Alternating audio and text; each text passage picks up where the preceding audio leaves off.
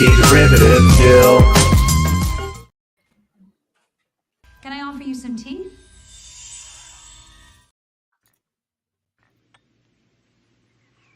Good tea. Nice house. Would you make me some of that Plomeek soup? Hello and welcome to Plomeek Teatime number 65.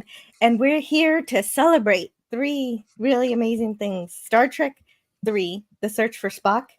Not only are we here to enjoy that movie, but it's also the 40th anniversary this year because the movie comes out on June 1st in 1984. So that's 40 years ago. And then also, we're celebrating a little late Jim Landscape's birthday. Captain Duke Shepard, as you see him here on the show. Yep, thank you. So, yeah, happy belated birthday. This is his idea. He wanted to cover the other original series movie that birthday, I hadn't sir. gotten to. Thank you. Happy birthday. Congratulations on another successful orbit, sir. That's right. Yeah. Yes, indeed. Happy birthday. Yeah. And of course, happy birthday. Oh, wait, I think I have that video also. Where is it? It's in hiding. Except, of course, happy birthday. Surely the best of times. Now, there we go. Thank you. Yeah. I like that. Perfect, think- right? Jill must have clips available for every occasion imaginable. Not yet. I'm working on it. Okay. It is in progress. Oh, okay. Good to know. Does she have But a clip for St. Patrick's Day coming up? Oh, yeah. I'm sure there's an O'Brien clip around here somewhere. I actually don't have Yeah, any. Brian. I don't really, except for the baseball episode. I don't really. Yeah, that's have any fine. Deep What do Space you Nine infuse it with? clips. Scotch? Yeah, that's what I have of O'Brien. Lovely. Ice That's- Scotty. Get some there you scotch go. out, There you mate. go. But okay, so I'm gonna bring up the slides for this movie so we can get started on that because you know how these slides go. Yep. Well, first things first, I just wanted to say hello to Pop Culture Curator, PvP, Stone Racket. It's good to be back, guys. This is fun. I'm glad that there's a tea time for all of us, and you, Jim, as well. Yep, thank you very much. Likewise, good to see you. But did you mentioned at a staff meeting that you wanted to discuss a little bit of the what do you call it? Studio politics of what's going on with the Trek? Or did you not want to talk about that anymore? I only wanted to mention it briefly. I am interested in current. Normally, I don't really pay too much attention to the current news at Paramount or whatever they're doing to destroy Star Trek these days.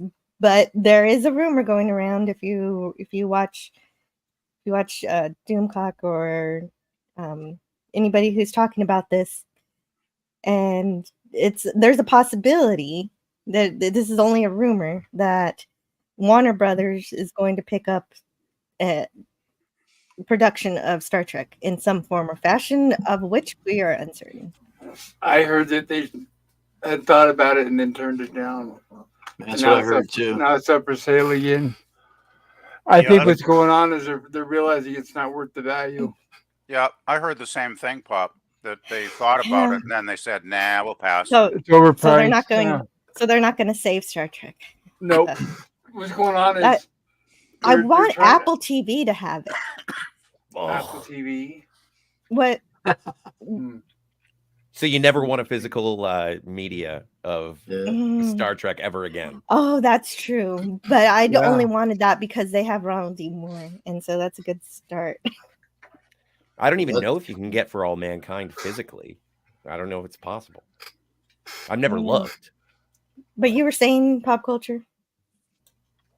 About what? I'd I'm heard not that sure. Warner Brothers had considered it, but then had turned it down. And then what I'm Yeah. hearing, it's overbloated. They're trying to oversell it for too much money, the same way they did when they sold Oh, Discovery to Netflix. Oh, really? Yeah, and this Nice. time they're You guys selling the remember- whole thing. Eugene Bird says, "I'll buy it for $1."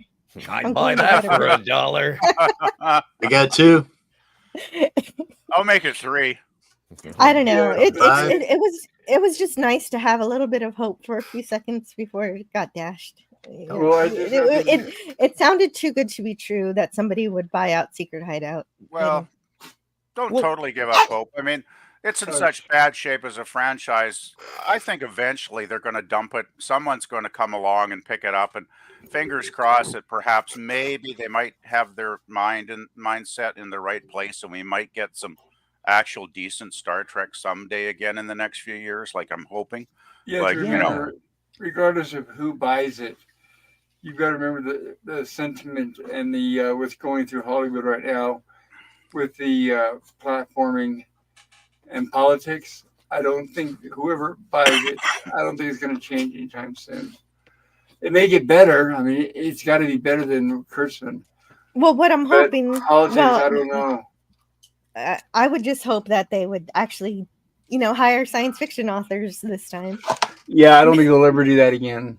Sadly. No? Well, Oh, man.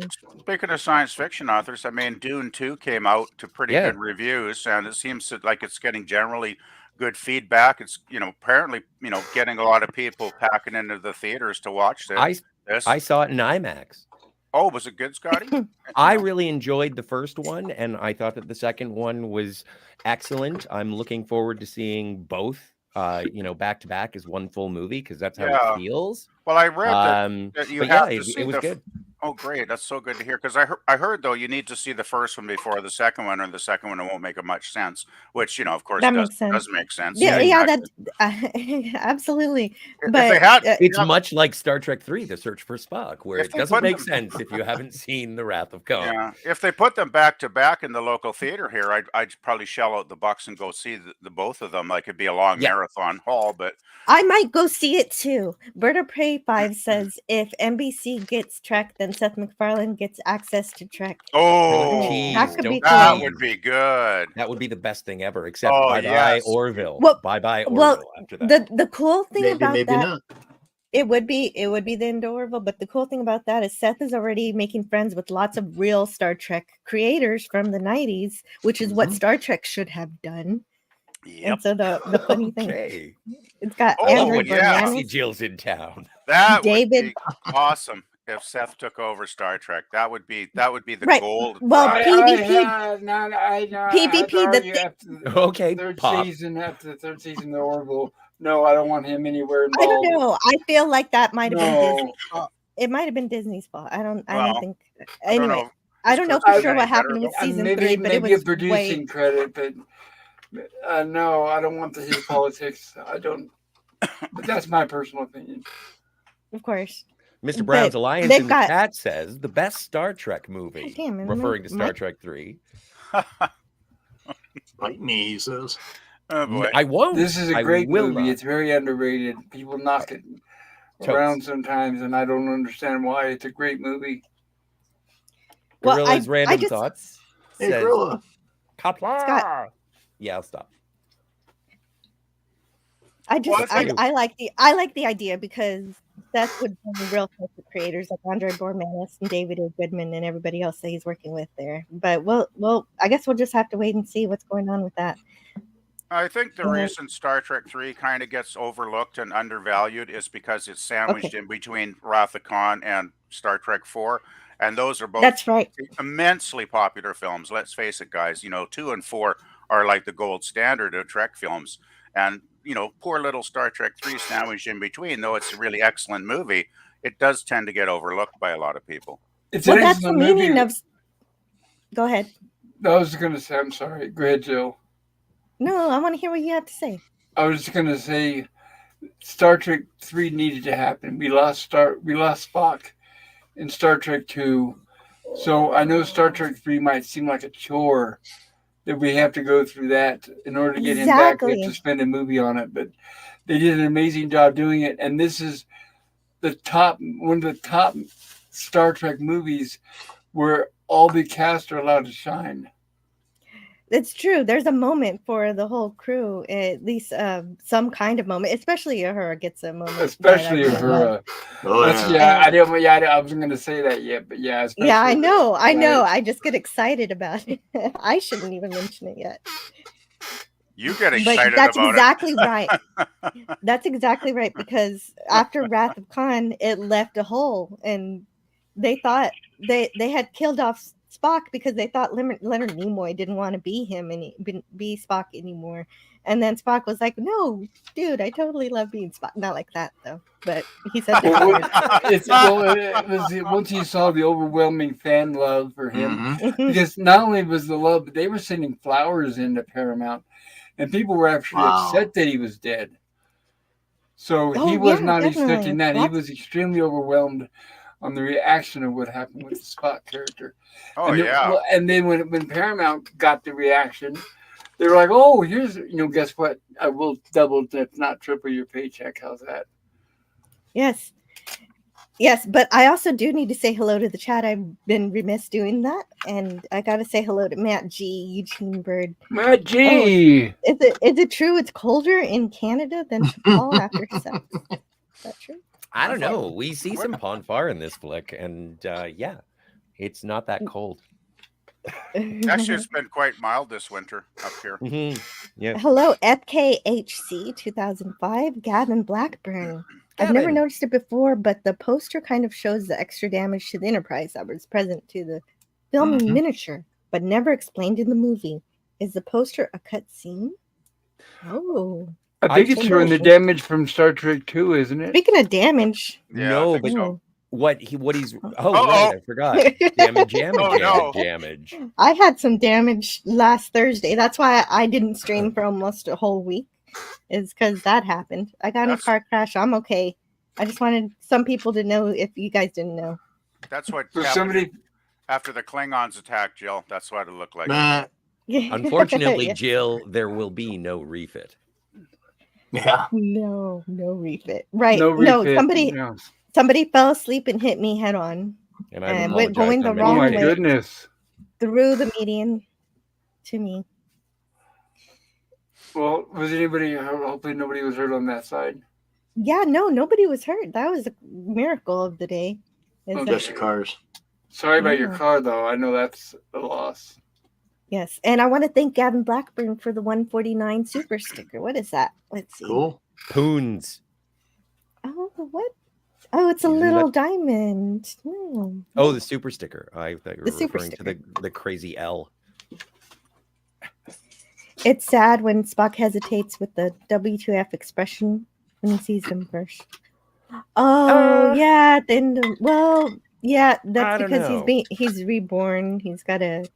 His marbles need to settle. Well, that's right. That's where it's the end of the movie. But us fans are screaming, "No, they're just getting started. No." We'd all sit here in the theater for another 2 hours. Well, and Right, the adventure begins, but Yeah. not right now. Come back in a few years. see you later. Yeah. No, but it never struck me until this viewing. I just watched it this morning that when Spock goes up to the crew and it's like, my father tells me that you are my friend. And it struck me because Sarek had to tell Spock, hello, I'm your father. Spock didn't know anybody. Spock was absolutely mind wiped. Yeah, well, he's reset, right? He's like a brand new computer. Like I think it's you all. know. Honestly, I don't think he's completely. I think it's all there. It just needs to be resurfaced. Like when Uhura's mind was wiped, I don't think it was all completely Sure. wiped. I think it just needs to Yeah. be brought Don't back to the consciousness from the subconscious. Yeah, it's like getting up Exactly. from surgery. You don't want Exactly. to answer personal questions right away. I want to It's say like a hello to printer. DJ Play Nice Gap. Oh, what is it like? Jim? Where's Jim? There he is. It's like a printer. It's got to reprint. You got Thanks to get for new that. drivers. Yeah, Also, yeah. I'm getting Oh, driven. no. I'm getting driven insane. I need new drivers. yes, I didn't know you were a PvP has golfer. told us all about his trouble with the printer. And I asked him if he's ever seen Office Space. Hey, you think fighting the Gorn was tough? Try fighting Yeah, a really. dead printer. I'll tell you guys. It's fun. I do it all the time. Hello to Cindy Whitbeck. Hey, Cynthia. Hey, Bird Bird Prey. Prey. Prey. Hey, Bird. Play nice, Hey, Melvin. DJ. Deeply. Melvin. Hey, Melvin. Have we seen Oh, Melvin before? and Matt G would like to know that Eugene Bird is going to Whataburger. Oh. Hey, I'm Bird. jealous. Oh my goodness. I wish I could go. Dude, Eugene Bird, we just started the new season of Fargo over on the Phantasmagorium. We're doing season 3. Yeah, and Mr. Brown Alliance says the Enterprise died, and The di- Anti-Drew Jill cried. Yeah, That was sad, yeah. It was cool. yeah, it was well done. It did hit me hard. The Yeah. emotion of it. When the Enterprise blows up, and that's the thing, is that when Kirk says, "What, my God, Bones, what have I done?" And everybody talks about it, and Bones is like, "What you do, what you always do. You turned death into a fighting chance to live." It's gorgeous, and Great it line. justifies the destruction of the Enterprise. Well, Love yeah. it.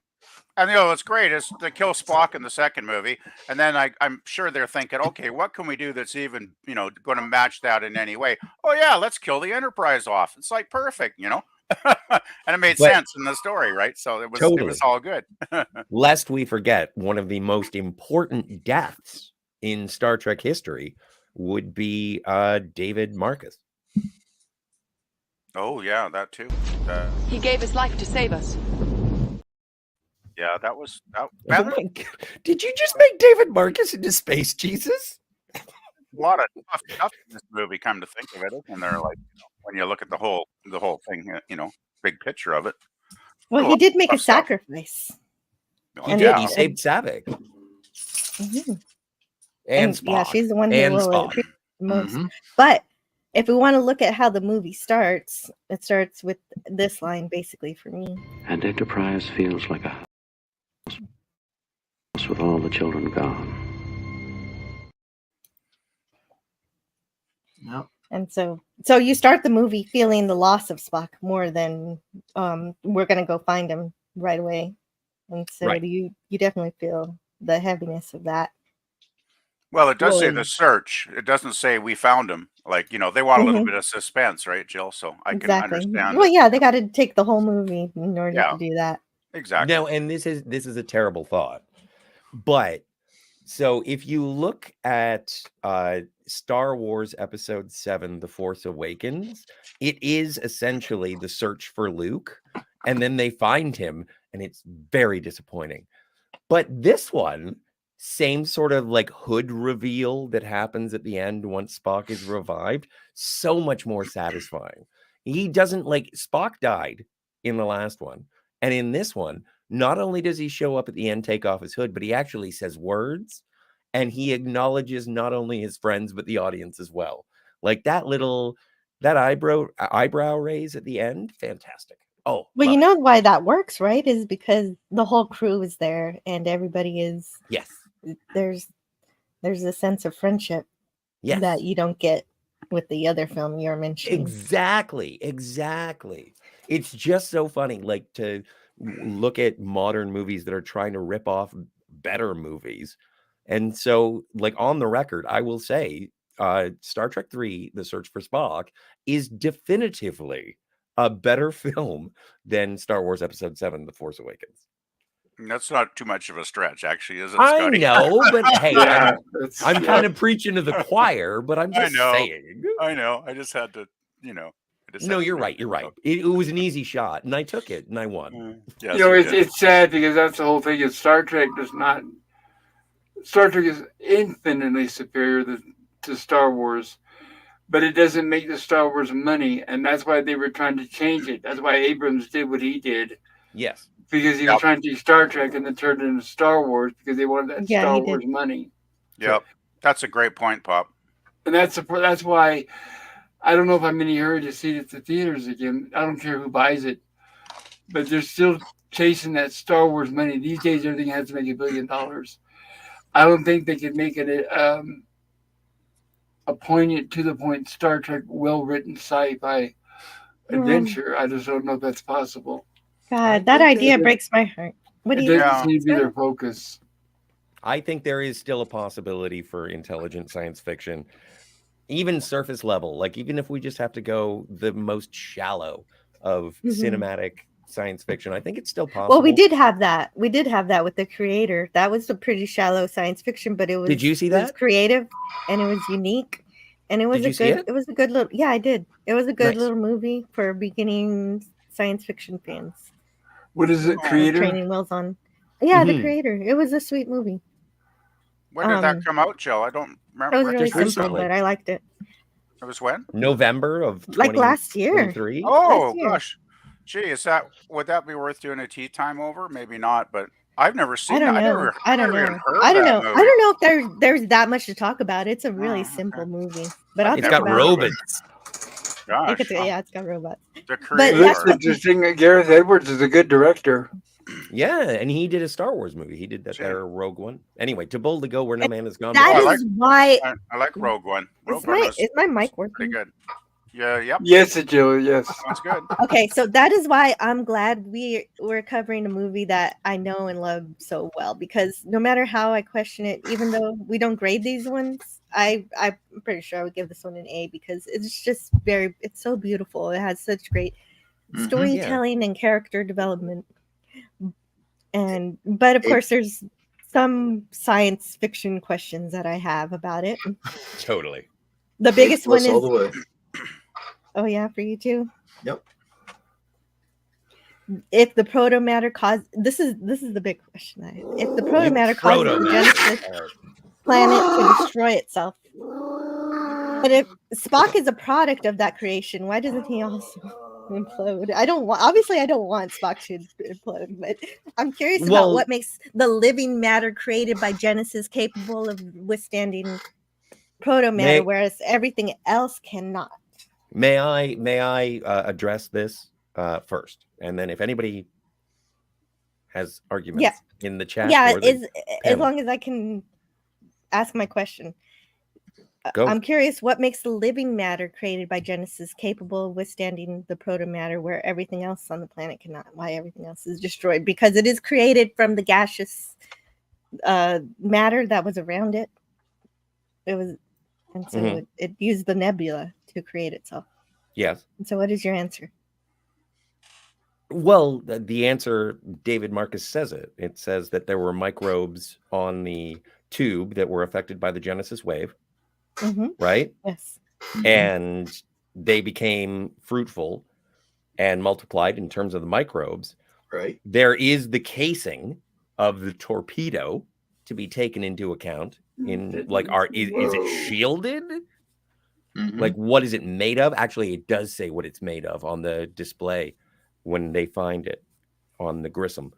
But like that could have been a protection to a certain extent. Why he would have been rejuvenated like Benjamin Button. Oh, okay. So you're saying that the whole rest of the planet was going to be destroyed, but Spock didn't because he was a foreign microbes.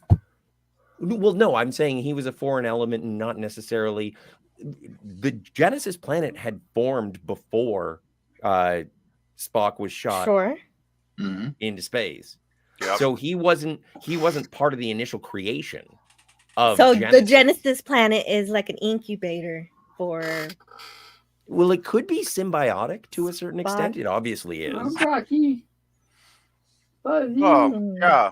It was almost like the Genesis planet. It did form before Spock arrived, so of course Spock's going to have a different, experience and potential outcome than the planet itself, right? That works. The movie doesn't explain it, so thank you for taking a try at it. Mr. Brown Alliance says, "Who got the Targ?" What? Who's a Targ? No. Targ? Pop Culture Curator's Targ. Or oh yes. I'm not sure which. They both have dogs. Well, even the puppy is upset over the proto matter. Well, yeah. No one ever blames Carol for the proto matter. Well, that's because they couldn't get her to be in the movie. She wanted to be in the movie, but they just didn't find she couldn't be. Like I don't even. His fault. I remember reading something about how she was up for being in the movie, and it's just like actor wants part, and it was like we don't have. What are you gonna do? You don't have a job. You have no functionality in this plot. Are you talking about the So- Carol Marcus character? That's right. But there's she was it was no her need for baby. her. Genesis Exactly. was her creation. And so they just offloaded all of that onto David. Well, and absolutely, and you might as well, because his character is important to the plot in his death. But Well, the it planet's is supposed to be off interesting. limits at this point, so she has no reason to go back there. There's no reason for her Exactly. to be in the script. Like, they couldn't even find a thing for Nichelle Nichols to do. Like, she basically locks a guy in a closet and then shows up at the end. That's it. I'm glad she does something though. I like that. She does does. that really She's well. kind of kick-ass, but she's just not in the rest of the movie. True. But it is They found a interesting. moment. Oh, I just thought it was interesting. I was looking on IMDb, as I am wont to do before these streams, and there's actually a 8-second or 6-second pause between William Shatner and DeForest Kelley in the opening credits. Oh my stars, Eugene Bird. Eugene Bird. Wow. Thank you so much for this incredibly generous, extremely awesome super sticker. It's got a little pear riding a rocket through the atmosphere and exploding into a firework. So thank you for that. Oh, that's fucking bitchin'. Sorry about the swears. It is. Yeah, Muscati. Come on, it Oh, is. now It's that FBB. makes me mad. I didn't make a clip of the bird of prey because I was thinking of doing that because there's some clips that I have to get special, but I didn't get that one. Let's see, what should I play? Oh, I don't know. Do you like the Oroville Eugene Bird? Because this is always fun.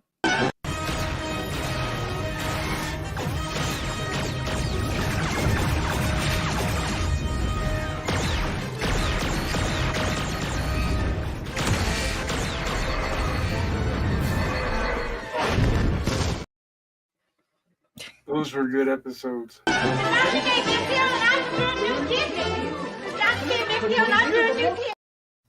The doctor gave me a pill and I grew a new kidney. So exciting. Thank Oh, you, I love Eugene that. Bird, for the new kidney. Yes, thank you. Thank you. Incredible. Where's that? And Gavin Blackbird says, "Bloody Vulcans coming to our planet, having pond far with our women." Oh my. Is that why I'm like single? Is because I keep losing my chicks to Vulcans? Uh-huh. All right. Oh yeah, Thanks, man. I could see that happening. Maybe Spock's body traveled back in time before crashing on the planet, says Bird. Oh, you What? son Wait of a minute. you Time son travel. of a targ. LDG says, "Rest in peace." Oh, to Akira Toriyama? Toriyama. Words are not enough. Dragon Ball impacted my life just as much as Star Trek did. And also my brother too. I have a younger brother who loved Dragon Ball Z so much he would take my VHS tapes and record over them with Dragon Ball Z. Uh-oh. Yeah. Well, now I'm not mad at him about it. Cinema Gulp says, "Krug, a failure. The most destructive force ever created. You will tell me the secret of the Genesis torpedo." And Savik says, "I have no knowledge." Well, then I hope pain is something you enjoy. And Krug says, "Great Scott." Wait a minute, that's another movie. No, but that's Scotty, me. not again. It's me. I'm great. I am great. You are great. You are great. Actually, you know what today is? Great. Today is Let's an move on to anniversary something. of Ultimate Computer. Oh wow, that's awesome. No kidding. I love that episode. Merritt Buttrick, best known for playing that guy on the first season episode of Star Trek The Next Generation. Oh, he was on TNG. Oh, cool. Yes, he was. And he was Johnny Slash in Square Pegs. And Cinema Gulp already introduced us to Christopher Lloyd as Scrooge. Thank you, Cinema Gulp. We've got to get to Genesis, Marty. And Gene Roddenberry was forbidden to come on set because of his interfering with the previous two films. So Paramount banned him. That's hilarious. It's terrible though. At the same time, Yeah, I think it's great. So do I. It depends. It depends. Sometimes he has some good ideas. But I could see how he could like make a moving target when you're trying to get a production finished. He lost his muse years before, though, in my opinion. Yeah, I would agree. I think Roddenberry was a brilliant creator. I don't know. Putting all the I'm not pieces sure of about Star that. Trek together, but he did write some of my least favorite episodes of the original series. I gotta say. Well, So- you can't just go by the ones that have his writing credit. He had his hand in lots of episodes that don't have his name on it, but I'm sure. I don't really know about that. I'm just saying I Based found on- Gene Oh, wait, inconsistent. I'll put it that way to be kind. But this, Well, and it's interesting with movie this credit. was written by Harv Bennett. Bennett. Yeah, Yay. and this is the first sort of transition away from the Gene Roddenberry like era, and when Harv Bennett was really sort of the caretaker of Star Trek for a period of time, and I do appreciate Harv Bennett's contribution to Star Trek. Like, I think it's great. I think he went, when he wanted to make his Starfleet Academy movie instead of Star Trek 6, I think that's when he, and he gave up. He didn't want to do it anymore because he had a vision for Star Trek, and basically they said no. And so he was like, well, then I'm not going to play. And that's when you transition into the Rick Berman era, which, has its foibles, as does the Gene era. Well, and the two coincided too. History of Star Trek is a lot of fun. It is fun. Harv Bennett, the first title for this movie was called Return to Genesis. Boo. And from Yeah, that would have kind of been not so good. F all that noise, Silent Bob. Yeah. And yeah, so he said he wrote it by making sure, because the whole goal of the movie is to bring Spock back. So he started with Spock's alive and then worked backwards from there. And so that's how that started. This movie grossed $76.5 million, and it had a budget of $18 million. So that's not too bad. Yeah, that's a hit. It was How much money have you spent on Star million. Trek 3? I'm trying to think. $76 million? No, not that much. Oh, Come on. Okay. But I bet I've spent at least $50. I've contributed $50 to Star Trek 3. I have the Blu-ray set. I have purchased 2 of the DVDs and 1 of the VHSs. I got a VHS box set of them when, people had VCRs. So I think I've at least $50 I've given to Star Trek 3. I've done my part. I don't know. I bought all.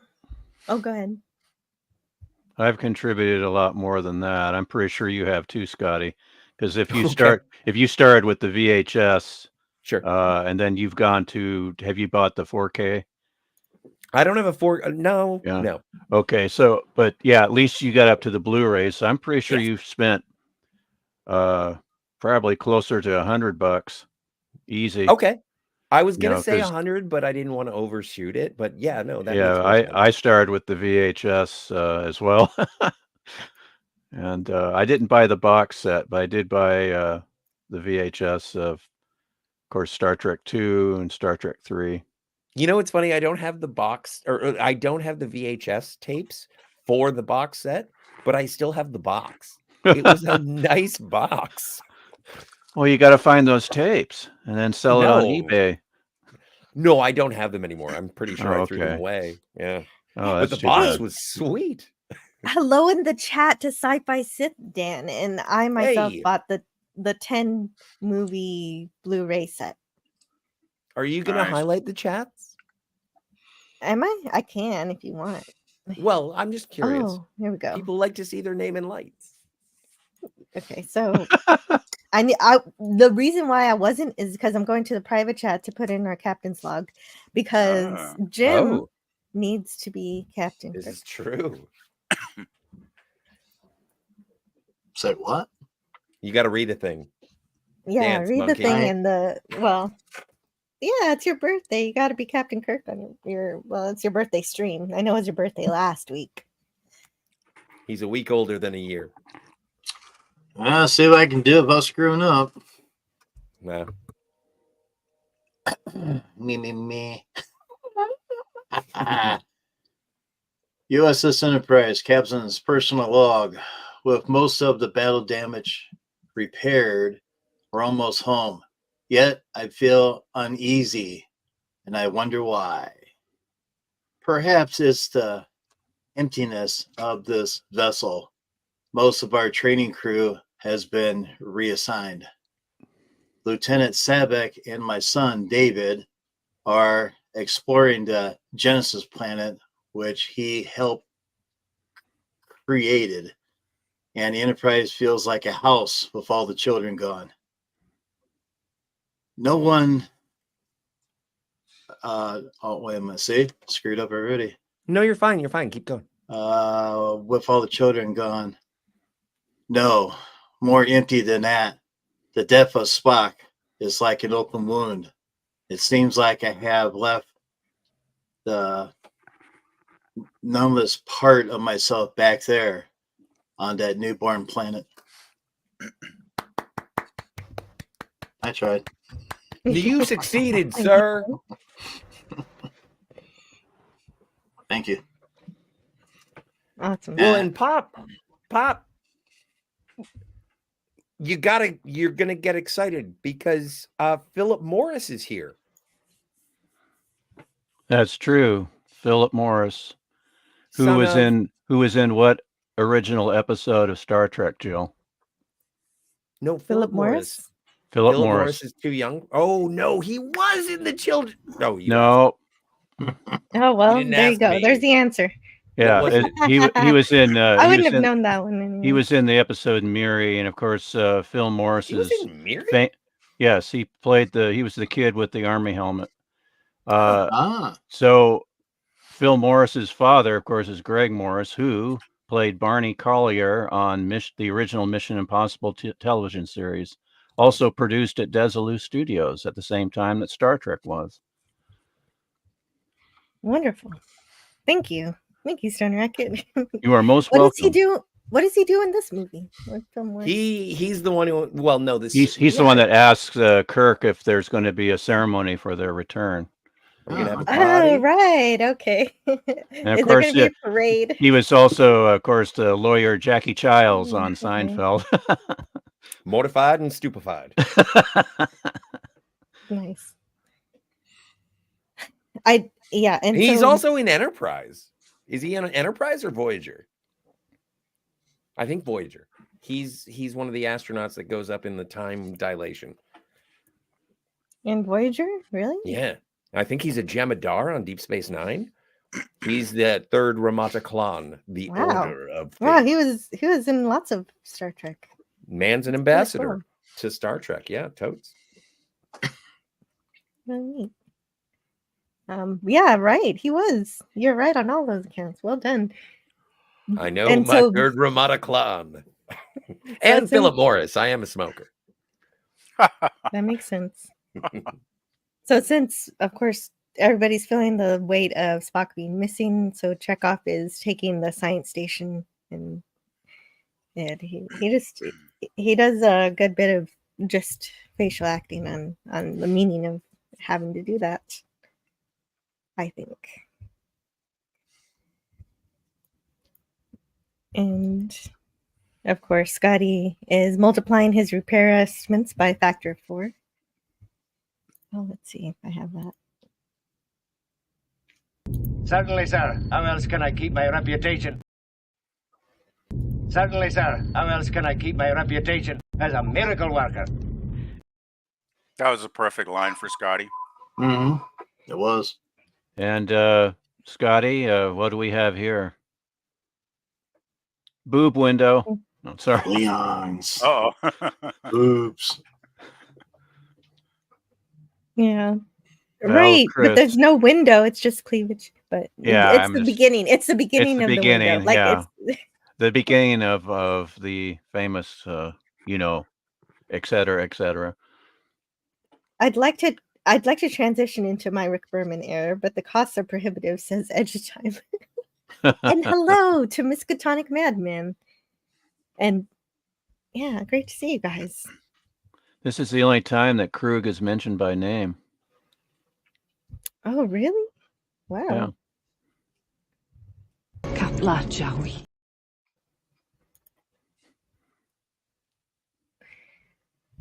Yeah, she knows she's gonna die, but she's okay with it.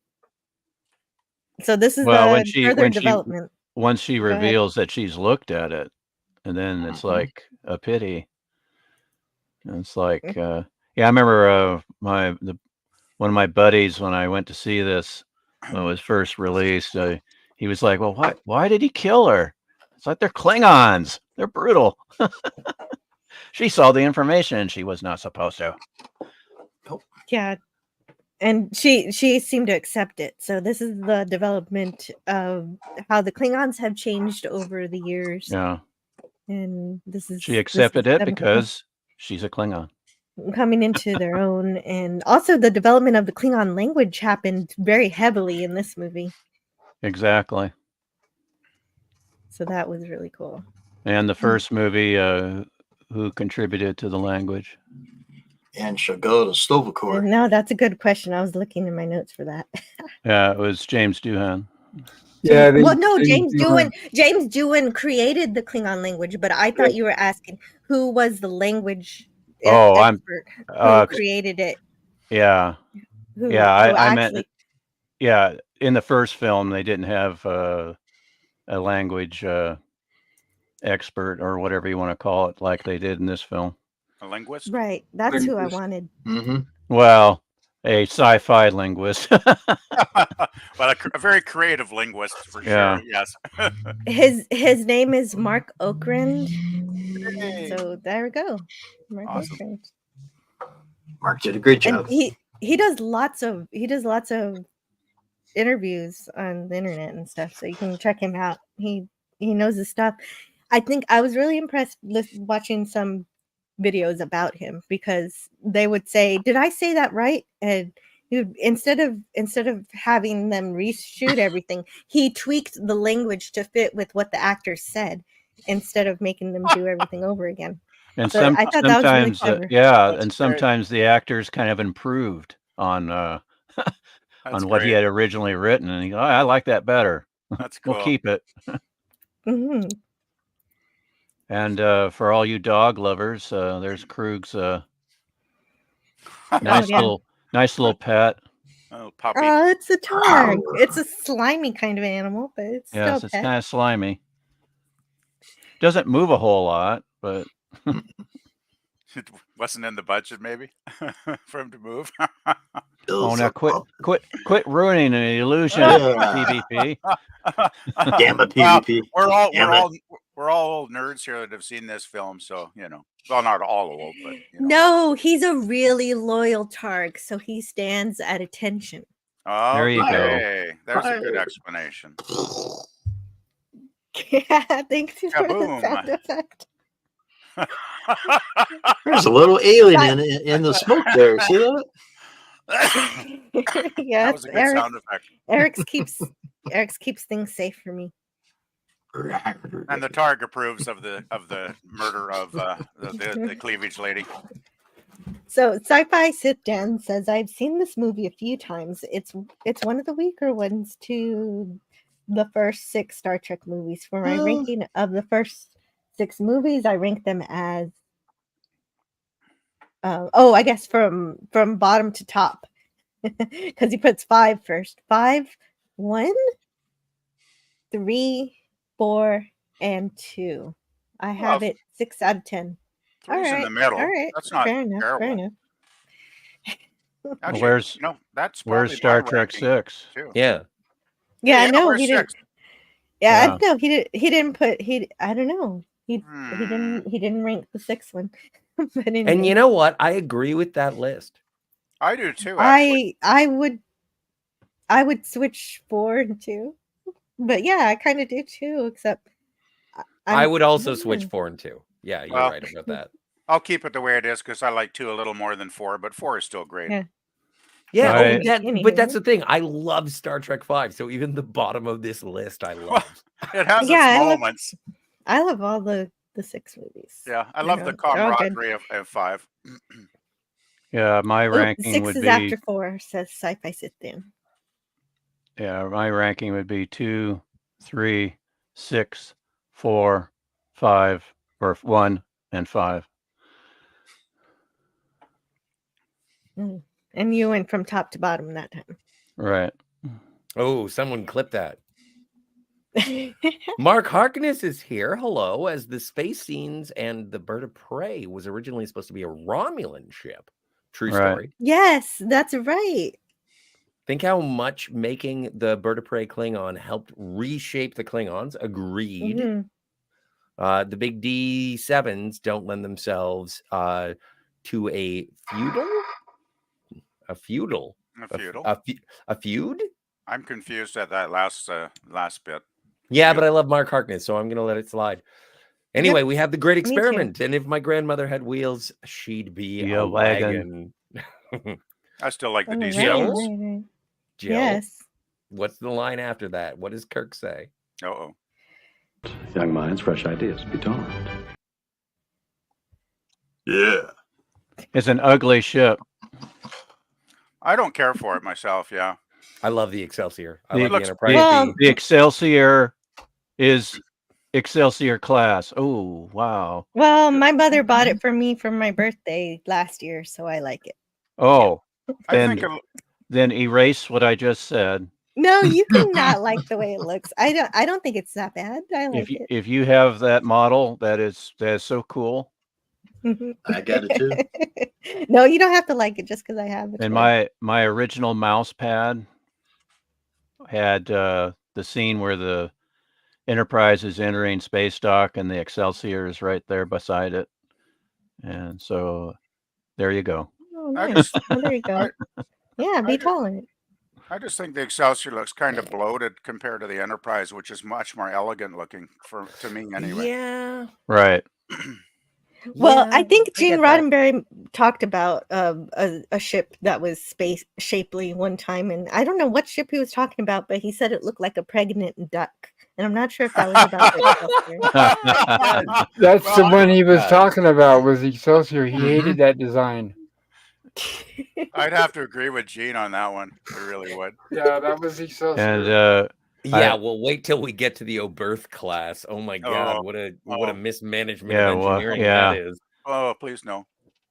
Well, we're She's gonna. supposed to have trans. I know white we're going up, lines. but not like I want to go there. But oh well. Nah, we're gonna. I want to say hello to Penny, who's in the chat. Hey, Penny. In the chat. Jill, Hello your there. chat game. Your chat Hi, game Penny. is Penny. weak. No, I know because I'm looking at my notes and my clips. So if you can click on the chat for me, that would help. Well, you got mad last time. I know, but I Multitasking. wasn't ready to get into the chat yet. Now I am. I'm sorry. I'm really excited to see Miskatonic Madman. Hello, all, and hello to you. Sci-Fi Sit Down got a shout out, and Eugene Bird deserves another. Wow, I only saw IR. It once. I When only it saw came it out? once when it came out, or maybe it was on HBO. See, Oh, and that's that's- interesting. I cry foul. I saw it several times in the theater. Me too. Wow, Yeah. yeah, the fact that you can't remember if it was a theater or television. Wow. I think it was television at that point. Well, I was Teatime just is talking to here. Clobby from Clobber and Times channel the other day, and he said he went to it like 15 times. Wow. Oh, That's a that lot. beats me. Oh, Holy yeah, smokes. I saw several times as well. Yeah. I Hi, saw it. Penny. Hi, Penny. I saw Wow. it like 3 times, like Stone Racket in the theater, and it was awesome on a big screen, of course. Oh my stars! Yeah. I seen it once in the theater and wore out the DVD when I got it. Mm. So was that the And also, I spent more money for action figures and ships and that than you guys did. I spent $300. Action figures, ship. What did you get for your birthday? Did you get any Star VHS, Trek stuff? DVD. I didn't get crap. You got no crap. All I got was happy birthdays. I got over 100 happy birthday wishes on Facebook last week. Wow, that's awesome. Oh, yeah, I think I was one of them. Last year, I only got 30. I wonder because of the fan film I'm doing, everybody is starting to get to know me better. So how does it feel having more people glad that you were born?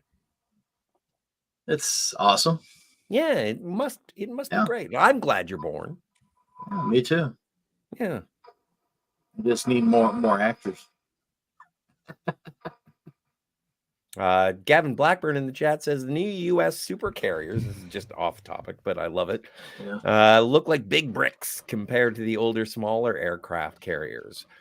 Progress ruins classic designs. Well, I don't think that war machines build themselves based on aesthetics. It's more about the ability to complete the task. I could be, maybe there is something to be said about the nuance of, or the artistry of mechanical war machines. Make them look good. Function But over the function is bigger deal. Yeah, it's the function matters more, but the beauty of it helps with patriotism and morale, I would suppose. True. Yeah, if the U.S. military came out with a Borg cube, everyone would be like, "Boo!" Speaking of carriers, my older brother served on the USS Constellation. Cool. Wow. Did anything bad happen to the Constellation that I'm not aware of? It was decommissioned not too long ago, and I do believe it's been scrapped. But that's bad. But this is all back. Parties involved are well. Like it sounds like it did its tour, and it did. Well, why would they scrap it though? Why wouldn't they put it on static display? That I don't know. I may be mistaken on that because I was thinking that they did scrap it, but I may be mistaken. Well, I live in Corpus Christi. That's a shame if it's true. Yeah, that is a shame because I live in Corpus Christi and we have the Lexington. It's a big aircraft carrier, and you can go visit it. It's basically a museum. Yes. You can go to the captain's deck, and you can go down to the lower decks and I know they're amazing, and kids love it. If you have kids, take your kids. I did. I carried my baby and my son. I need to go back though now that my daughter's big enough to appreciate it. I don't mean to be rude, but we do have a heck of a lot of chat. No, but wait a minute. And we're okay. We're okay. We're not even in space talk. It's gonna be okay because all we need to do is say hello to Herc 130. Hello, Herc 130. Hey, Herc, what's up? Hello, Herc. Eva Najil. Oh, Eva Knievel. Okay. But oh my stars! Did you just mispronounce Knievel? No, it says Nigel. Oh, even that's the joke. Nigel? I'm over explaining it. I'm ruining it. I'm ruining Evil Herc Knievel. 130's joke. Yes. No, the reason why we're not out of space stock yet is because you said you wanted to talk about transwarp drive, and so I wanted to give you the opportunity. We'll to get do there that when we before get to Captain Styles. We have to get to Captain Styles. Okay, my bad. And so, well, then don't we get Rand here? Yeah. Yes, Rand looks nostalgically out at the Enterprise. Disapprovingly. She looks. You think she's not happy about it? I think she's being a Karen. Well, you don't know what she's thinking. I think they're all overwhelmed because they're watching. I think they're all overwhelmed, and she's deeply saddened because they're seeing the battle damage of the ship. That's right. I agree with Pop, and then the woman in blue is being a Karen, and shaking her head too, like, "Wow, really?" Yeah, exactly. How could he let this be done to the Enterprise? Is the implication that I get from this scene? Like it's almost like Kirk is returning in disguise. I don't see I think that. she knows Kirk I better don't think than so. that. I think She she knows Kirk thinks, better oh than man, that, yeah. that ship has all my friends on it. I kind of miss them. Right, and she That's knows what I Kirk think better she's than that. She knows that he wouldn't foolishly have that ship damaged. He loves that ship. Everybody knows the history behind his love for that ship. And the only way that ship can be in that kind of damage is if he came to near death protecting her. Yeah, that's she would know that whatever Kirk's doing, he's doing it for a good reason. Yeah. I don't get that from her performance. Oh, maybe they should have given her a line. Yeah, they should have given her a line. She was drunk. She was disappointed. Hey, that's not fair. That's funny though. No, it's not. It is. It's true, but it's not funny. Yeah, it's funny. Anyway, someone has forced the quarters. Does anyone know what Chekhov says in Russian? He's like, "Idniyevol." No, I was mad there was no caption for that. No, there's no caption for it, but I do know it exists. It's something like, I'm not crazy. There it is. Yeah, exactly. If they had captions, it would have said gibberish. Because obviously he doesn't speak. No, he said something in Russian. Yeah, it's something like, I'm not crazy. There it is. In other words, it's right there, and I'm not imagining things. No, we understand what point he was making. I'm just wondering if it was authentic Russian language. Okay. I would guess, yeah. I just want to mention that PvP says he's going to be back. He's off to go get his printer. So good luck on your mission. But in other words, your cartridge. Oh, on top of that, also Penny is going off to shop. Happy shopping, Penny. Have fun. Can you guys get me some headphones? Oh yeah. Scotty needs some. You've I been want a eating headphones Whataburger. for, Whoever's going there, pick me up a Whataburger. Well, Eugene Bird was there. And Penny, pick up a tribble for each one of us. I don't want a tribble. It eats everything and just reproduces. You know how much those damn triples are now? $78,000. $80. $80. I have one for $80. Jill, you have a tribble. I have a tribble. Yeah, it's in the other room. Yeah, I have a tribble too. It's in the other room as well, and that's where they belong. Because you know what? I should have the tribbles to interrupt people. Sorry, it's in the kitchen eating. Why do you need a tribble? You have me. Yeah, right. It's eating all of my bread. Yeah. Oh, you're green. Quadrotriticale. Yeah, I had a hard time saying it myself. Quadrotriticale. Yeah. Yes. Really, Mr. Barris? I didn't realize that 12 Klingons constituted a swarm.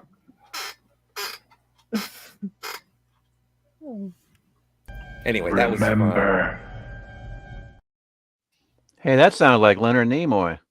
It was so good though. Like the audio editing of this film to sort of interpose Spock's voice with Bones.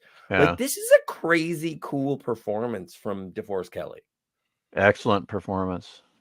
Yeah, Climb the steps to Mount Salea, and he pronounced it correctly. It's great. This time. Well, because DeForest Kelley does have trouble pronouncing things, but usually they just play along with it and use it for McCoy's character. But now that he's playing Spock also, he has to get it right, and he does. Oh, and Gorillas. Okay, Spock. You Scotty read it, Jill. You read it. You didn't have to bring this chat up. It's not conducive to our conversation. I'm sorry. There's a gorilla in the chat. I know. Chimping out. I'm so happy you are here, Gorilla's Random Thoughts, and I don't know. Gorilla's Random Thoughts in the chat says, "What am I? Chopped liver. Only one who even tried to say hi was Scotty." And he was told to shut up. Well, hello, Gorilla's Random Thoughts. And I was... Hello, Gorilla. Good to see you, sir. I'm trying to, of What's course, up, Gorilla? move along the show because I've got to think about the people who are listening, making sure we're talking about the movie and saying hello. And it's a delicate balance. And anybody knows me knows that I say hello to everybody in my chats on my streams, but I don't do it on other streams because I don't want to talk over the host. Well, and I don't like most I'll people. say hello. So I Okay, don't say okay. hello to anybody. Oh my god! Can't But be. yes, I don't want to be rude. I do. yeah, I know. Well, Scotty does because he just did that. Well, Scotty, don't. This is a really great shot. I admire the cinematography of that, of Kirk holding McCoy with, and it's the same. It's a recreation of the, obviously, of the quarters from Star Trek II. I think that that is a really striking image. He's holding both of his friends at the same time. Yep. It's true. Yeah, it is a very heavy character movie that I really appreciate, and that's something that Harv Bennett does understand is the characters, and Mhm. that's One what thing, he plays to his strength. One thing too that's not mentioned often is it's an amazing performance by William Shatner because at first Mhm. he's frightened. You could tell that. I mean, it scared the crap out of him, and then he at the same time is saying, "Oh no, what has it done to my other friend? He's already lost Spock." So he's thinking, what has this done to Jim or to Bones? Because he doesn't know what happened to Bones. So right now he's at the point where he's thinking he may have lost both of his friends. Yep. And he Yeah, shouts out no, for you're right. for medics. You're right. He is worried about McCoy just as much as he's worried about Yeah. the possibility of Spock being within him. It is Right. It is both. He thinks maybe And- what happened to Spock made Bones crack. Absolutely. So I want to thank Miskatonic Madman for his extreme generosity today. He's gifted 5 anti-derivative jail memberships. That's out of this world. Graila's random thoughts. I hope this makes up for me not reading that chat earlier. You just got a free membership. Oh, From Nice. Miskatonic Madman. Congratulations to Graila's random thoughts. there you go. So That's absolutely mad. and so I mean, absolutely great. It's a fantastic wonderful. birthday present. Yeah. Yeah, and also Franco Walker also was gifted a membership, Hey, as well as Franco. Classic Comics. Well, we do LD. have a. You do, not we. You have a members stream coming up shortly. It's true. LDG got a free membership, and also M. Night Shaman got a free membership. And I have a membership stream next Thursday. It's usually on Wednesdays, but I have a doctor appointment on Wednesday. So next Thursday. We talked about this in marketing. It's Pi Day. We're doing it on Pi Day. Yeah. Well, yes. That was my marketing. It's next Yeah, Thursday. I know, but you're being On all like, March I 14th. gotta go to a doctor. Well, no, but it was a happy accident that it's on Pi Day. Which So, one? yes, it is on. Is it the March... Pi Day that was a happy accident, or was it the front end of your car being blown off? Was the happy? Oh yeah. Accident? Well, yeah. Okay, then also a terrifying and traumatic accident. There's that one. And what's the first thing Jill said? Damage report. Computer and program. Yeah. No, that's a ridiculous thing. I wasn't even thinking of myself. I was just like, I need to call the school and let them know I'm going to be late. Yeah. Well, that's the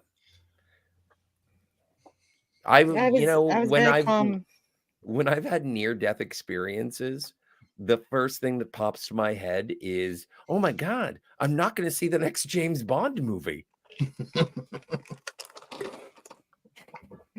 Damn it, Scotty. Oh my God. I know, right?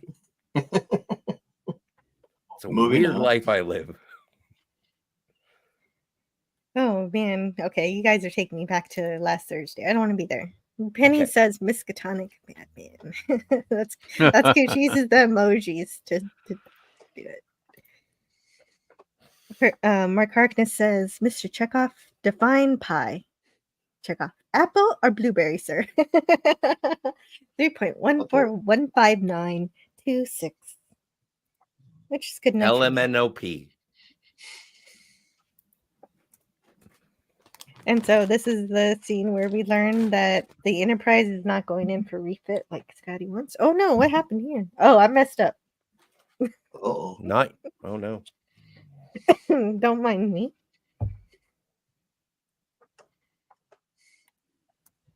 So this is an interesting thing that comes to the timeline of the USS Enterprise, because we do know that Christopher Pike did a 5-year mission, and then Kirk did a 5-year mission. So that's 10 years. Mm-hmm. How much time? You're the Enterprise is about 20 April. years old. Wasn't it April? Wasn't a year and a half in the when it was being refurbished? Wasn't that a year and a half? That makes sense. That hold makes on, sense. guys. But also, Jim, you bring up a good point as well, is that I forget Captain about April. Captain Robert April. Oh, he did a 5-year too. Yeah. Okay, so that's 15. more than it's more than 20. No, it still works. Yeah. It's Still just a works? matter of a question, because like Star Trek 2, 3, and 4 are a trilogy of movies that basically take, let's say generously, take place within 8 months. Mm-hmm. And if you have a disagreement, I'm fine. Oh no, go ahead. I want you to continue. Please keep talking so I can research. I'm looking for something. But Hey, like to call the Enterprise 20 years old is you really got to work in a lot of 15 maybe. Like, is there a refit between 5-year missions? Yes, There is. must be. There is. How There long is has that to be. refit? Is it a year and a half for like each refit if we ballpark? It could be. It could be upgrades to the ship and everything. It took 18 months to refit the Enterprise. Remember? Sure. Almost 2 years. That's so true. If they did the same thing on the other captains, that would be a total of 20 years. So Works it for checks me. out. All lines up. Great. Mhm. Good. Does it really? Okay. When Well, it's close enough. Like, like I'm not angry. Like even if it's 17 years or 18 years. Yeah. Well, he does, like I'm not Admiral sure. Morrow I should says. have done. This was something I should have researched before. He says it really the is. Enterprise is over 20 years old, or the Enterprise is 20 years old. Next slide. Okay. Herc 130 says the Enterprise was 145 years old. Wait a minute, that's not right. I don't think so. Damn it, Herc. Also, hello to Don Ranger Power. I used to Don wake Don. up to the 95 animated Dragon Ball series every Saturday morning. And so, of course, he is mentioning, I hope everyone is doing well despite the passing of Deborah Bird, Steve Lawrence, and Dragon Ball creator Akira Toriyama. Whoa. Mark Harkness says, my calculations suggest the Enterprise is actually 35 years old. And so I would like to see those calculations, because I was trying to do the research on the side here, but doing research during a live stream is not a good idea. Mm-hmm. So I stopped doing that. I'm going to go with Birthday Boy. Okay. With Jim's timeline. Yeah, thank you.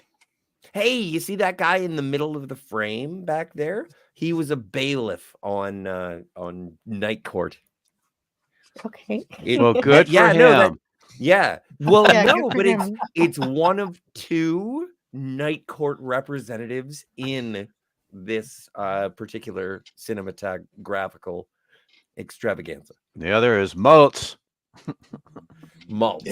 The Enterprise was 20 years old, according to the Admiral. Yeah. That's what he says. Oh. Hey, Canadian Spider-Man is here. Hello, Canadian Spider-Man. Hey, Hello, Spidey. Canadian Spider-Man. Hello, Canadian Happy Spider-Man. Friday, chat. The hero we need. Thanks Not the for one being we here. deserve. Thanks for being here to watch Anti-Derivative Jill and her fantastic friends. Thanks for the support. Psst. Hey, it really helps out the channel to hit the subscribe button. Yeah. Oh, we That's a do? good hint. Oh, damn. Yeah, it's free Very too. cool.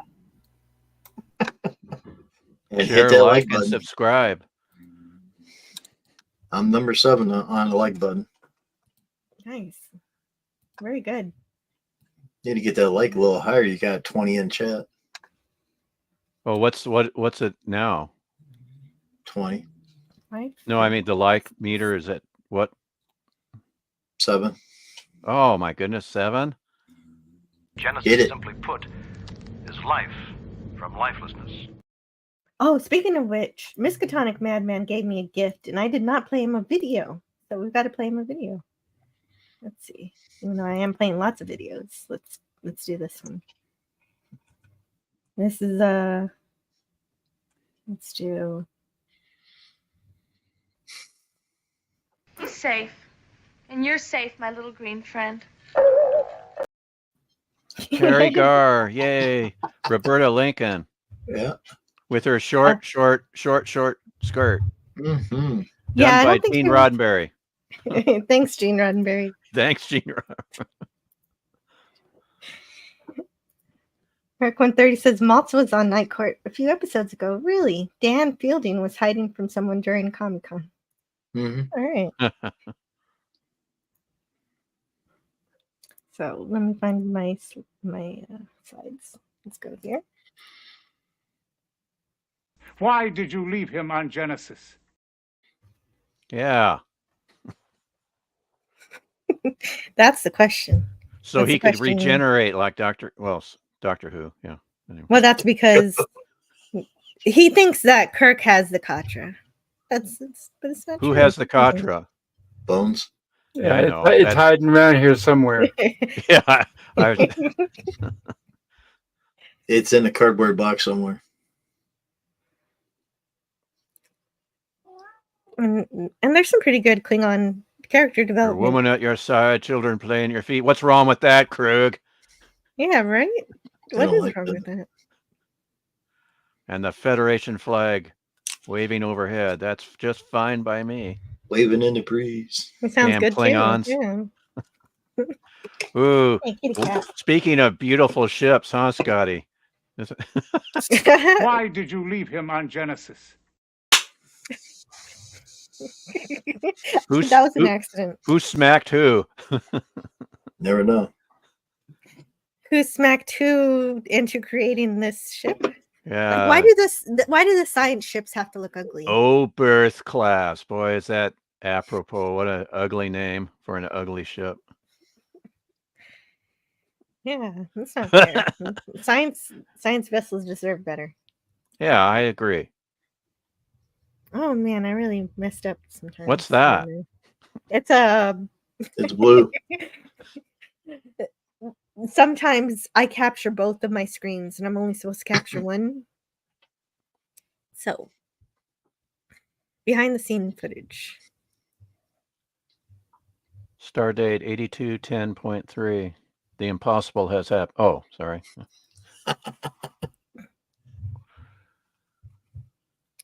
So yeah, so now it suddenly becomes the Grisham show for like a few minutes. Yeah, boy, this captain, what a wuss. Oh, sorry.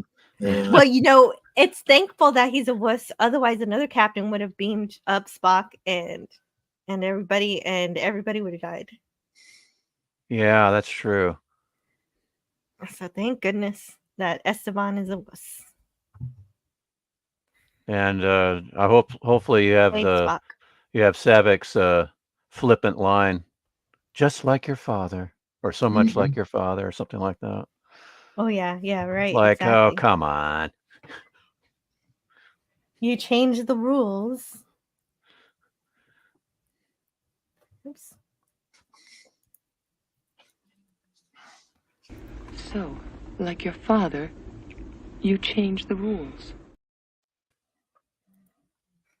Well, what rules? Like Using he had to proto-matter. cheat because of the whole life from lifelessness is a bunch of hooey. He used proto matter to solve certain problems, like not being able to. Oh well, the old trying to play God thing. Right, exactly. The Genesis thing. And it cost him his life. Well, that's part of what this movie's about is playing God and saying, never mind, we can't do that anymore. It doesn't work. It's so great that Mark Leonard came back for this role. Yeah, absolutely. This is the first time he's in a movie. He asked you to bring him to us.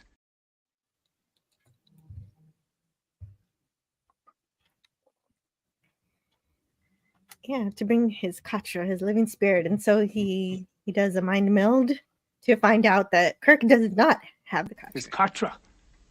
His living spirit. I'd have given my life if it would have saved his.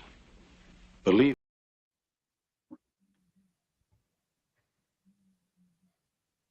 Well, and we sort of delved into delved. That's is it. Correct. All right. Sorry, I tried. Forgive me. Into Katras and whatnot when we covered the Forge, the Vulcan trilogy on Enterprise. We did. That wasn't supposed to have happened because at the end of this movie they're like, it hasn't been done in ages. Oh, it was just done 100 years ago. Yeah, but that's not canon. Well, no, wait, hang on 2 seconds. Reintegrating a Katra with a living body hasn't been done. Wait, that was Captain Archer. Never mind. I'm stupid. It's okay. I forgive you. It is not here. Sorry about the slides. No time to discuss this logically. Oh no, you're gonna get copyright struck for showing last time on Star Trek. Uh-oh. I was really taken by the transporter in this. Oh my god. Grissom off screen. I do enjoy the use of the transporter in this movie, but the Oberth class starship. How do you get down? How do you get down to the star drive? How do you get to the shuttle bay? Ugly ship to Savick. Come in, please. Mm-hmm. Well, if you think about it, all the scientific equipment's on the bottom of the ship. Yeah, but how do you get to? Well, you go to engineering since everything's attached to the saucer. You just go through the arms. Those are warp pylons that are specifically connected to the warp drive. Yeah, they're not supposed to have elevators in them. No. Like, is the star drive absolutely like automated? Because there can't be a crew down there. Well, they never showed it. No, that's true. I'm just curious. Yeah. But that's the first time that we've seen that. There is a crew down there, Scotty, but they're trapped. Exactly. Yeah. Well, until they're transported out. That brings a different meaning to lower decks. That's right. Yeah, there you go. But that's the thing is that, like, at this point in Starfleet history, had they perfected site-to-site transport within a ship? Because, like, the last time we heard it mentioned was in Day of the Dove, and they said that it was very, very dangerous. Or is there like a is that a thing? Like, is that a thing? Okay. And I got to go up to the bridge. All right, get in the transporter. There you go. And I'm going to say it. I miss Kirstie Alley. Okay. I can't argue. I like both of the Saviks. I think so do I. Robin is more Vulcan. Savick was more of a mix of a Romulan with the Vulcan. But I like them both. That's how it was supposed to be. But then I agree. But then Leonard Nimoy, I guess, said, "Well, you're going to be full Vulcan, so play it that way. Go."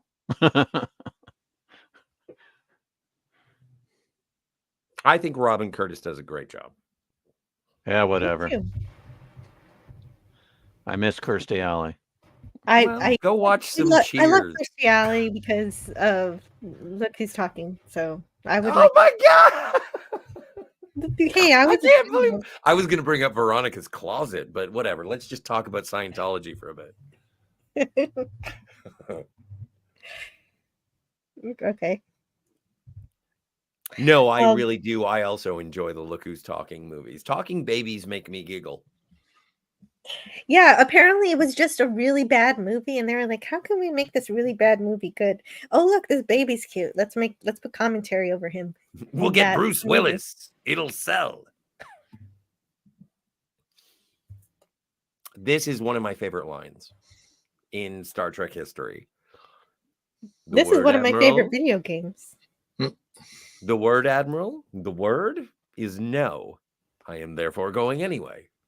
Yeah, when I showed my mom the VHS copy back in the day when that's all we had, she got a big laugh on that line. She goes, "I knew it. Kirk's going to disobey orders." Always does. But he does it for a great cause. Yep. Yeah, exactly. That He has to kind of disobey. reminds me. Yeah. It reminds me of when Spock does it for Captain Pike, and so this time, Yeah, Kirk that's is doing true. it Yeah. for Spock. Well, and that comes up at the end too. It's like he says, "You did this for me," and Kirk says, "You would have done the same for me." And he would have. And Spock is taken aback by that, and I think it's a very touching point in their friendship. The word is no. I am therefore going anyway. God, I respect that man. Yep, that's good old Kirk. Yep.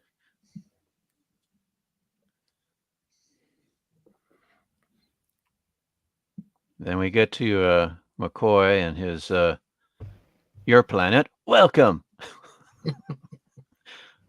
The alien with How can you be big ears. How can you be deaf with the ears? Ears like that. Tribbles. Jill, look, tribbles. Boo. It's so dangerous to have the tribbles at the bar. Yeah. Unless these are the animated series tribbles where they're at the very end of the episode they say they're little and they don't like they come up with the very perfect tribble in the animated series. So that episode has to be canon. And then these are harmless tribbles. Yeah, but those tribbles were the size of a man in that episode. No, you remember at the very end they figured it out. Oh, okay, they figured it out. They did. With a pencil and a pad, they figured it out. No, we covered that when we did the animated series. They created the perfect tribble. Okay. Mm-hmm. Yeah, not the fat ones, not the ones. They're just fat. Not the You're ones body that kept shaming a consuming everything. tribble? Right, they weren't the ones that they had to consume everything, and we keep reproducing.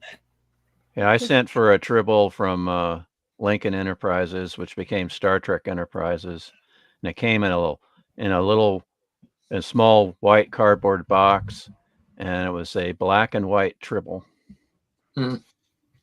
Oh, like Frank Gorshin. Sort of, kind of. Mark Harkness says, I don't think Morrow considered or cared if the Enterprise was 20 or 40 years. He's one of the officers who has been pushing the great experiment, getting the old flagship gone to be replaced, says Mark Harkness. He has a second part coming up, so I'm excitedly waiting for that. Yeah, I think Mark's onto something. With a new Excelsior class would be a feather in his cap kind of thing. Well, he is commander of Starfleet, so yeah, I suppose that hardware would be under his purview. It's not your usual poison. To order poison in a bar. It's not logical. Is not logical. All right. For some reason, for the longest time, I thought that lady was one of the presenters on The Price is Right. She's somebody. Who is she? I used to know, and I forgot that bit of trivia, Jill. All right, let me check. Huh. Thanks. To expect one to order poison on a bar is not logical. Sharon Thomas Kane. Matt G says if Jill did a cosplay calendar, it would be on time. What? A cosplay calendar? Wow, okay. I don't know if I'm doing that, but thanks for the idea. Sharon Kane? That lady is the mother of Dean Kane, apparently. Oh, Dean Kane's mom. That's it. Yeah. There you go. She was also in Young Guns. Yeah, Jill, Matt G was was making a crack at Anna, that Star Wars girl. Oh, that's Star Wars. Oh, yeah, that's right. She's always late with her cosplay calendars. Okay, And there you so- go. She so if does you- some really amazing cosplay, though, for sure. Well, I'm on time with all my cosplay calendars, just no one buys them. For What? good reason. Shut up, you. I'm pretty.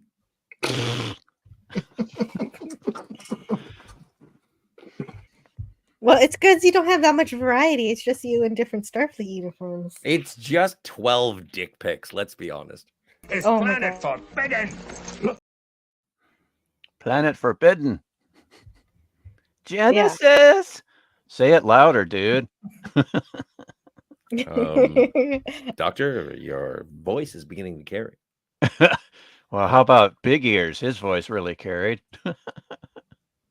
Everyone pays attention to the ears. It's the eyebrows that freak me out. Okay.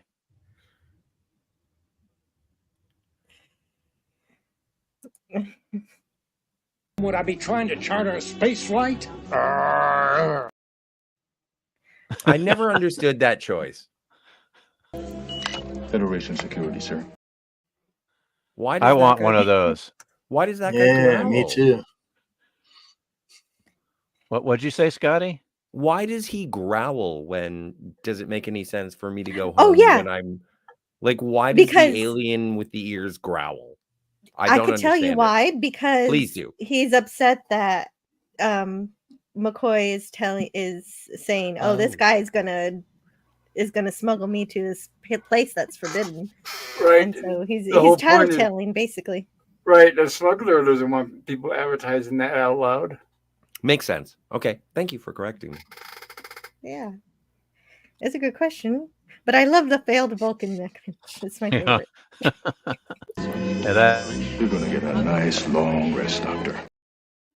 Oh, that got a lot of big laughs in the theater I was at. The failed Vulcan neck pinch. Yeah, there's some hints look at of that. cacti in the winter. It's crazy. It's crazy, man. I think the humor in Star Trek 3 is just a hint of what we get more of in the next movie. Well, the And next even movie him- is just mostly for laughs. They had to Mhm. lighten the mood because of all the downers that we had in the previous two movies. So. Well, not only that, but it's a great movie to help. Star Trek 4 is a great movie to bring Spock back in and show how he's progressing and how he's doing. And Yes, also, tell my mother I'm feeling fine. Mm-hmm. yeah, and also to solve a Well- science fiction problem and not necessarily have to have a big battle. I love it. Well, and I do want to highlight, speaking of Star Trek 4, Don Ranger Power says, better yet, Jill, team up with the other RMB as well. One who is a Trekkie and a Super Sentai fan.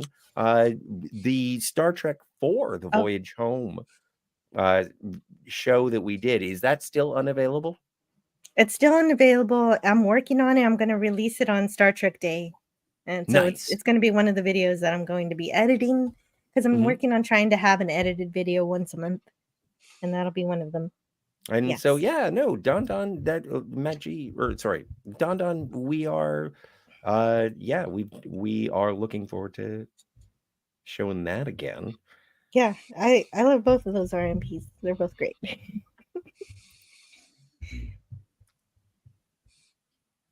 There's The they're moving Federation into the Funny Farm. Funny Yeah. Farm. Nutty is a Even the- fruitcake, or fruity is a Mhm. nutcake. And William Shatner needed help to do the Vulcan salute. Does he have tape or what? How He did has, he, yeah, his fingers. I think the third and fourth finger are actually tied with wire. Ooh. How many fingers do I have up? That's not very damn funny. yeah. Well, a lot of work apparently went into that scene. Yeah, Little wire. it's a good scene though. It's Is that the only time that Kirk actually does the Vulcan salute? I don't know. I think so. I'm not too sure. Hmm. And this is the scene that George didn't think was funny. Explains why he doesn't do it in the photo ops, because like all the other Trek actors love to do it, and he just Okay, yeah. he's just holding his hands. This will make you well enough to travel. Don't get smart, Tiny. And Yeah, don't call me George. Tiny.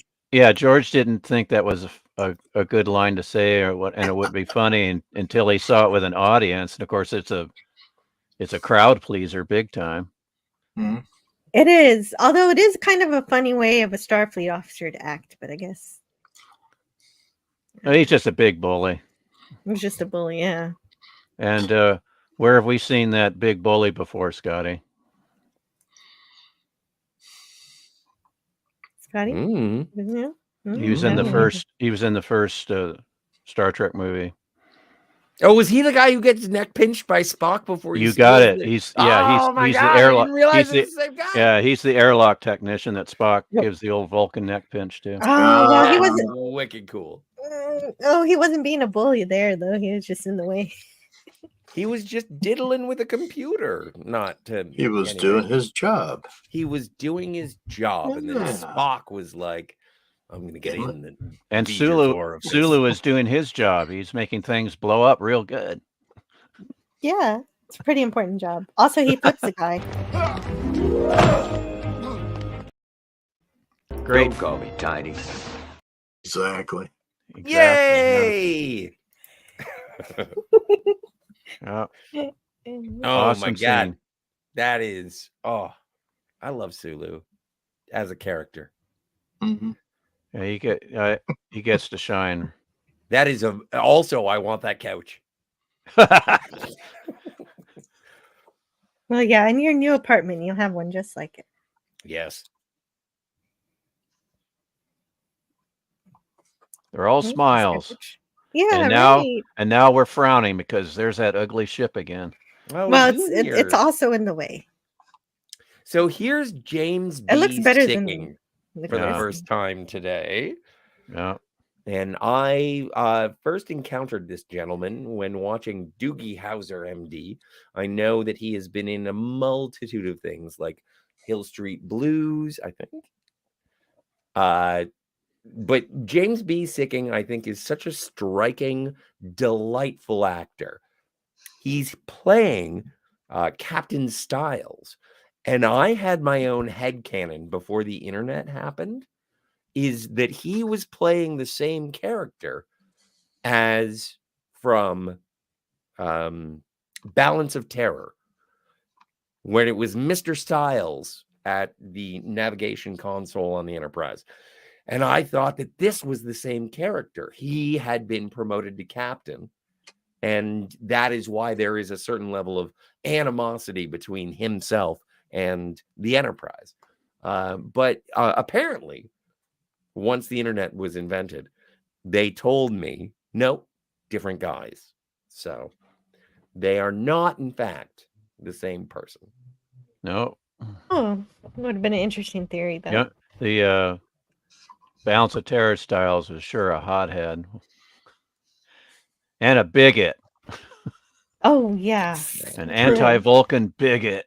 Yes. Keep your bigotry more anti-Romulan. orders. And also anti-Romulan. Yes, that's true. I think And more by so. extension, I think he's mostly anti-pointy ears. Yeah, I was just going to say that, Jill. Yeah, just anti-pointed ears. See, and I'm an ear guy. I like to check out ears. So, and this line of James Doohan's was Harv Bennett's favorite line in this movie. Mine. Up your shaft. Up your shaft. And the voice of the elevator was Leonard Nimoy. Leonard. Level, please.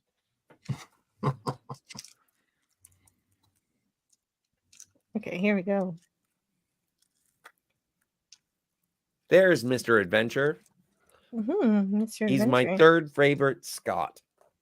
Yeah, well, maybe that's okay for someone like you, whose career is winding down. Yes, the actor's name is... Insult. Mhm. Mr. Blow Dry, get in the closet. Come on, 80s hair was kind of cute. No. Yeah. Well, like, and this is Oh, also one no, of I my kind of favorite agree. looks. This is one of my favorite looks for Uhura as well, and that's 80s hair as well. It is. It's good. Me, I need some challenge in my life, some adventure, maybe even just a surprise or two. Oh, you're really asking for it, buddy. How about a phaser in the face? Ooh. Oh, don't worry about it. You know what Uhura. they say, Lieutenant. Be careful what you wish for. You may get it. Yeah. And I wanted to say she looks amazing here. Yeah, True. I agree. Yeah. It's my favorite Uhura. He's Star Trek 3 Uhura. Yeah. Gets to get that phaser in that punk's face. Mm-hmm. Mm-hmm. That's slimy. You wanted adventure? How's this? The old adrenaline going? Huh? Good boy. Now get in the closet.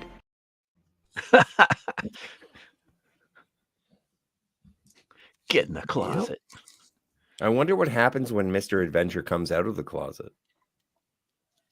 He has to go. He has to go pee real bad. Yeah, that makes sense. She's going to. He's going to be eating out of her hand, apparently. Well, Okay. fine. I'm fine with this. Which website can I see it on? None.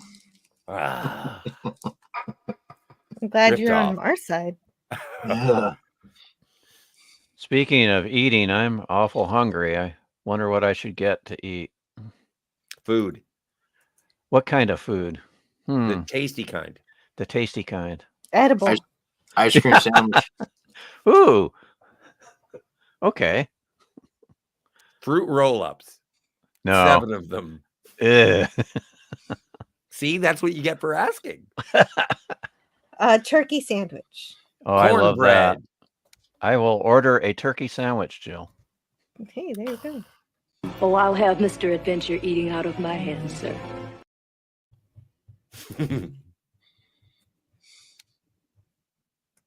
Oh, Matt G with the Burger King. I agree with the Burger King. I could go for All my hopes. You like Burger King? I do. I haven't had it in so long, but I also like Arby's. Well, there you go. Yeah. Arby's is better. Arby's is better than Burger King. There are parts of Expensive, the though. country. Yeah. Expensive, Why? though, but it's Which better. one's expensive? Arby's. I don't need Burger King when I have Whataburger. True. I've never had Whataburger, but I believe you. Yeah. It's good. Wise decision. So this is confusing for me. Oh boy. What's I confusing you? know. This What is is- Enterprise. What's They confusing put about it? they put the Enterprise into 1/4 impulse power, and it's going to be 2 minutes to get to the doors, the space dock doors.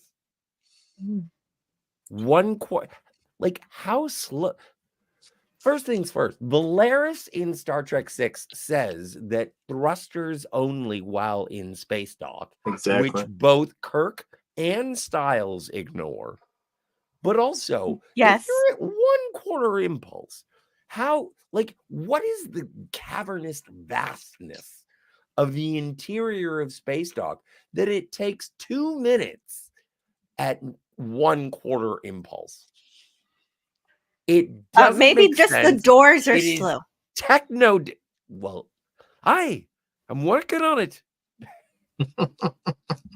The doors are slow, not the ship. You I have to think a give. quarter- You have to give Scotty time to get the correct combination to open the doors. No, I understand that, but like, Yeah. how fast is 1/4 impulse? 1/4 of the speed of light? No, No, wait a minute. 1/4 impulse is not a measure of velocity. It's a measure of power. Okay, Impulse so tell me. power. It says the internet says What is the internet? 617 million miles per hour, but I'm not sure of the validity of that number. And that might be TNG days. I'm not sure. Well, and yeah, though there was a differentiation between TOS and TNG in terms of Exactly. speed. But what is the okay? So you're wanting to do? I just think it takes. I think it's ridiculous that you're at 1/4 impulse. Well, and again, it's a problem that I have, and I want to work it out. Impulse power is not a measure of speed. It is a measure of power exertion. Okay. So, how fast is one? Like, how fast is 1/4 Well, how impulse many? power? What's the? Well, we have to know how fast we're going. All right. Warp 1 is the speed of light, and that's But we're not universal. going. But we're not Well, going. no, warp you speed. can't go warp speed in space dock. No. I don't care what Admiral Holdo says you can do. Okay, so Eugene Bird says power is energy transferred per second. Yes, but impulse is like what specifically, what is the difference between thrusters and impulse? you tell me. I can't. I won't. I refuse. I wish to be ignorant until I am taught. Okay. Well, what you're asking for is to divide the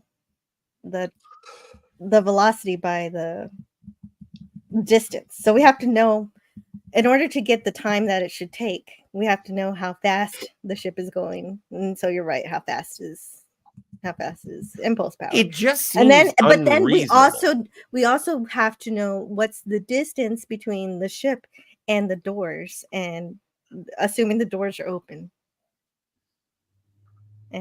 But I think that the time that you're talking about is just because the doors aren't open yet. Otherwise, they'd be able to just zip right through. There would be no time. That's what I think. Well, according to sci-fi-stack-exchange.com, in the official Star Trek universe outside of TOS, it is implied strongly that impulse drive only works at sublight speeds. The top impulse speeds seem to vary by ship, and full impulse seems to be whatever the peak designed safe impulse speed is. So that was all just word salad. And Eugene Bird says the kinetic energy equals half of the mass times velocity squared. So you've got some homework to do, Scotty. Figure it out. Oh my God. Do I have to? You gotta do Oh, some math. leave it to a Scotty to be an engineer. I'm gonna have to divide this by 4. Hey, Scotty, figured it out, lad. All right, I'll do it. It's your job now. It's my job now. We're gonna have a whole I live stream needed about one this. of those. That's great. This one doesn't pay very well. No, I know. Actually, no, it does. It pays actually really well. Do you have a copy of Tank Girl? I do. No, I don't. But it's one of my favorite things, so it pays me very well. But that's a very good question. I do like it. But we have to know the distance between the ship and the doors. Even going beyond just knowing about the kinetic energy and all of that stuff. Well, are you just going to walk through them? Calm yourself, Doctor. Thank you. Also, one of my favorite lines. See, now that I see them stealing the Enterprise with Eric's all over it, I'm like, I wish Eric's was here. But we have Chekhov. We don't need Eric's. It's true. There's a Delton on the Excelsior Bridge. I assume that's a Delton. Either that makes sense. It's either that or Vincent Price from Batman. I don't like the design of the bridge of the Excelsior at all. I do like the Enterprise B bridge a lot better because they upgraded it. Mm-hmm. Oh.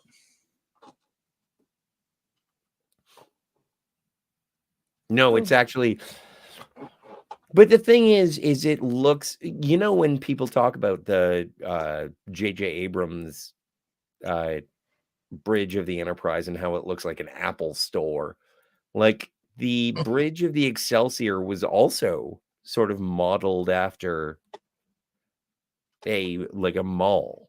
Yeah. It was dark. of the era. Mm-hmm. And so you were supposed to feel a certain level of uneasiness.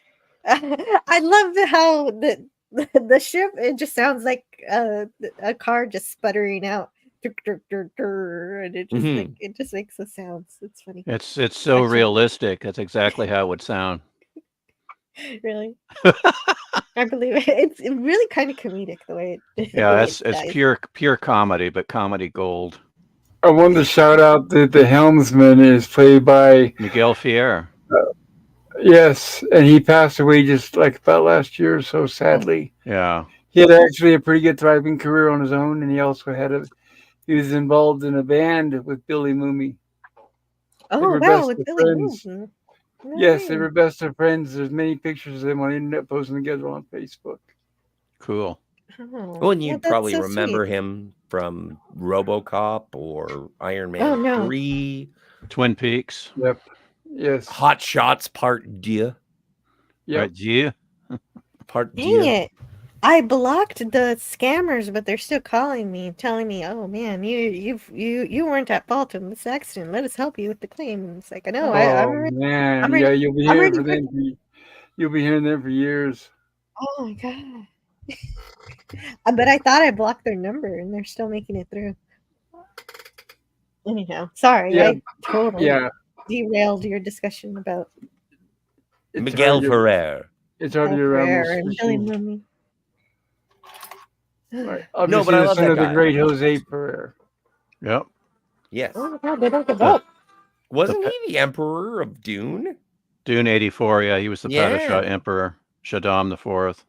And he was also, was it the Kane Mutiny that he was He was in the Kane, yeah, he was the attorney. So good. Yeah, he was excellent. Hold on, I gotta block this number again. I don't know why it didn't stay blocked. Bastards.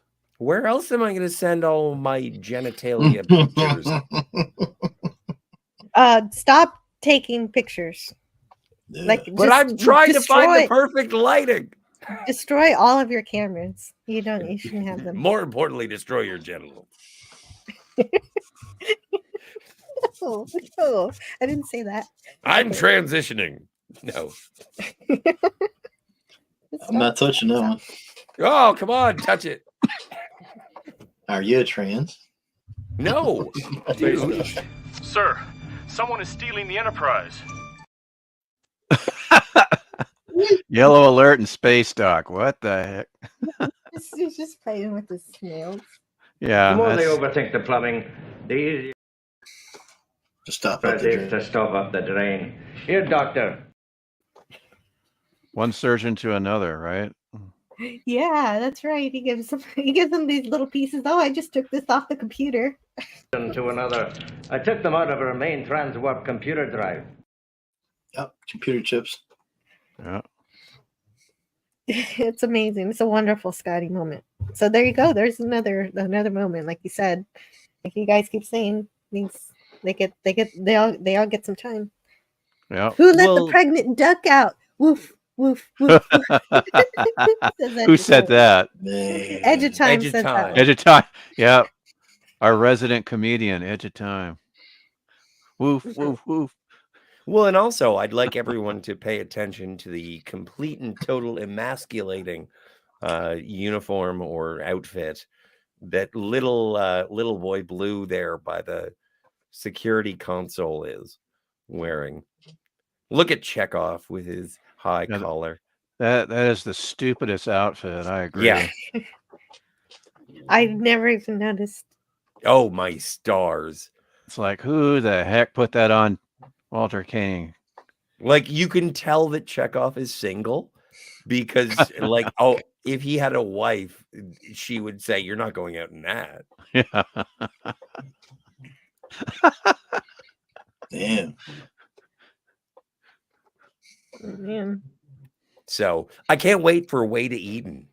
It's like why can't Oh. why can't he dress real cool like McCoy? You know? It's in 2 weeks. 2 weeks. Yeah. Oh, I can't wait for that one. That's going to be great. Yeah, I'm gonna have to skip that one. Why? I hate it. So that'll make it fun. No, I'm not even gonna rewatch it. Oh, you're a racist. You don't like Severance. That is your choice. You're not. Yeah. You don't like the hippie episode? Come on. No. I can't Herbert. skip any. I'm on a mission to watch them all. Well, yeah, you're on a mission, but me, I didn't watch And the Children Shall Lead, and I'm not going to watch The Way to Eden. I just can't stand those episodes. That's fair enough. Poopas. Yeah, Snorty Poopas Cuber is here. Hello, Snorty. He says, 23rd century fashion designers were silly. Sometimes. But he also. Sometimes they were silly. Sometimes they were really cool. Well, I like look at Kirk. That's cool. Look at McCoy. That's cool. Look at Sulu. That's cool. Even with the cape, it's cool. Well, and even the casual Scotty, casual military Scotty. Yeah. It's just Chekhov. It's like, what the heck happened? Yeah. Looks like he's gonna be sticking his finger in a dam. That outfit that Kirk is wearing sold one time on the internet for over $1,500. And you bought it for $1,500. That's all? I'm not that damn rich. No, I wouldn't It's buy actually that. not that expensive. No, probably. It's not bad. Just 1,500. Snortapoopas Cuber says, "Why would the ship come to a halt if the engine shut down? It would just keep going at whatever speed it was at when the engine dies." Yeah, exactly. That would have made more sense because of the inertia. That's right. The ship. Dramatic comedy. Unless the front thrusters kicked in to stop the ship. Can we show that picture of your car smashed up? That's what happened. That's pretty close. Oh. The chips are gone. Damn it. Damn. Scotty. Do you want to see my car? Here it is. No, there it is. Well, what's left of it? Boy, more. Yeah, there's a lot of chips gone there. Yeah. Yeah. Any landing you can get away from is a good one. Yeah. Yep, sure is. Hey, Jill, have I mentioned how happy I am that you're alive? You know what? I'm pretty happy I'm alive too. It's Yeah, great. I figured you'd be jazzed. Yeah.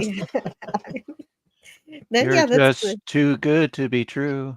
well, that's the second thing I thought after thinking of calling the school to make I sure. thank God they you're know. alive. It's like, oh, I'm okay. Yeah. What are you picking up? Meetings, Doctor. Cut Scotty right up. I love that. Scotty's like, you.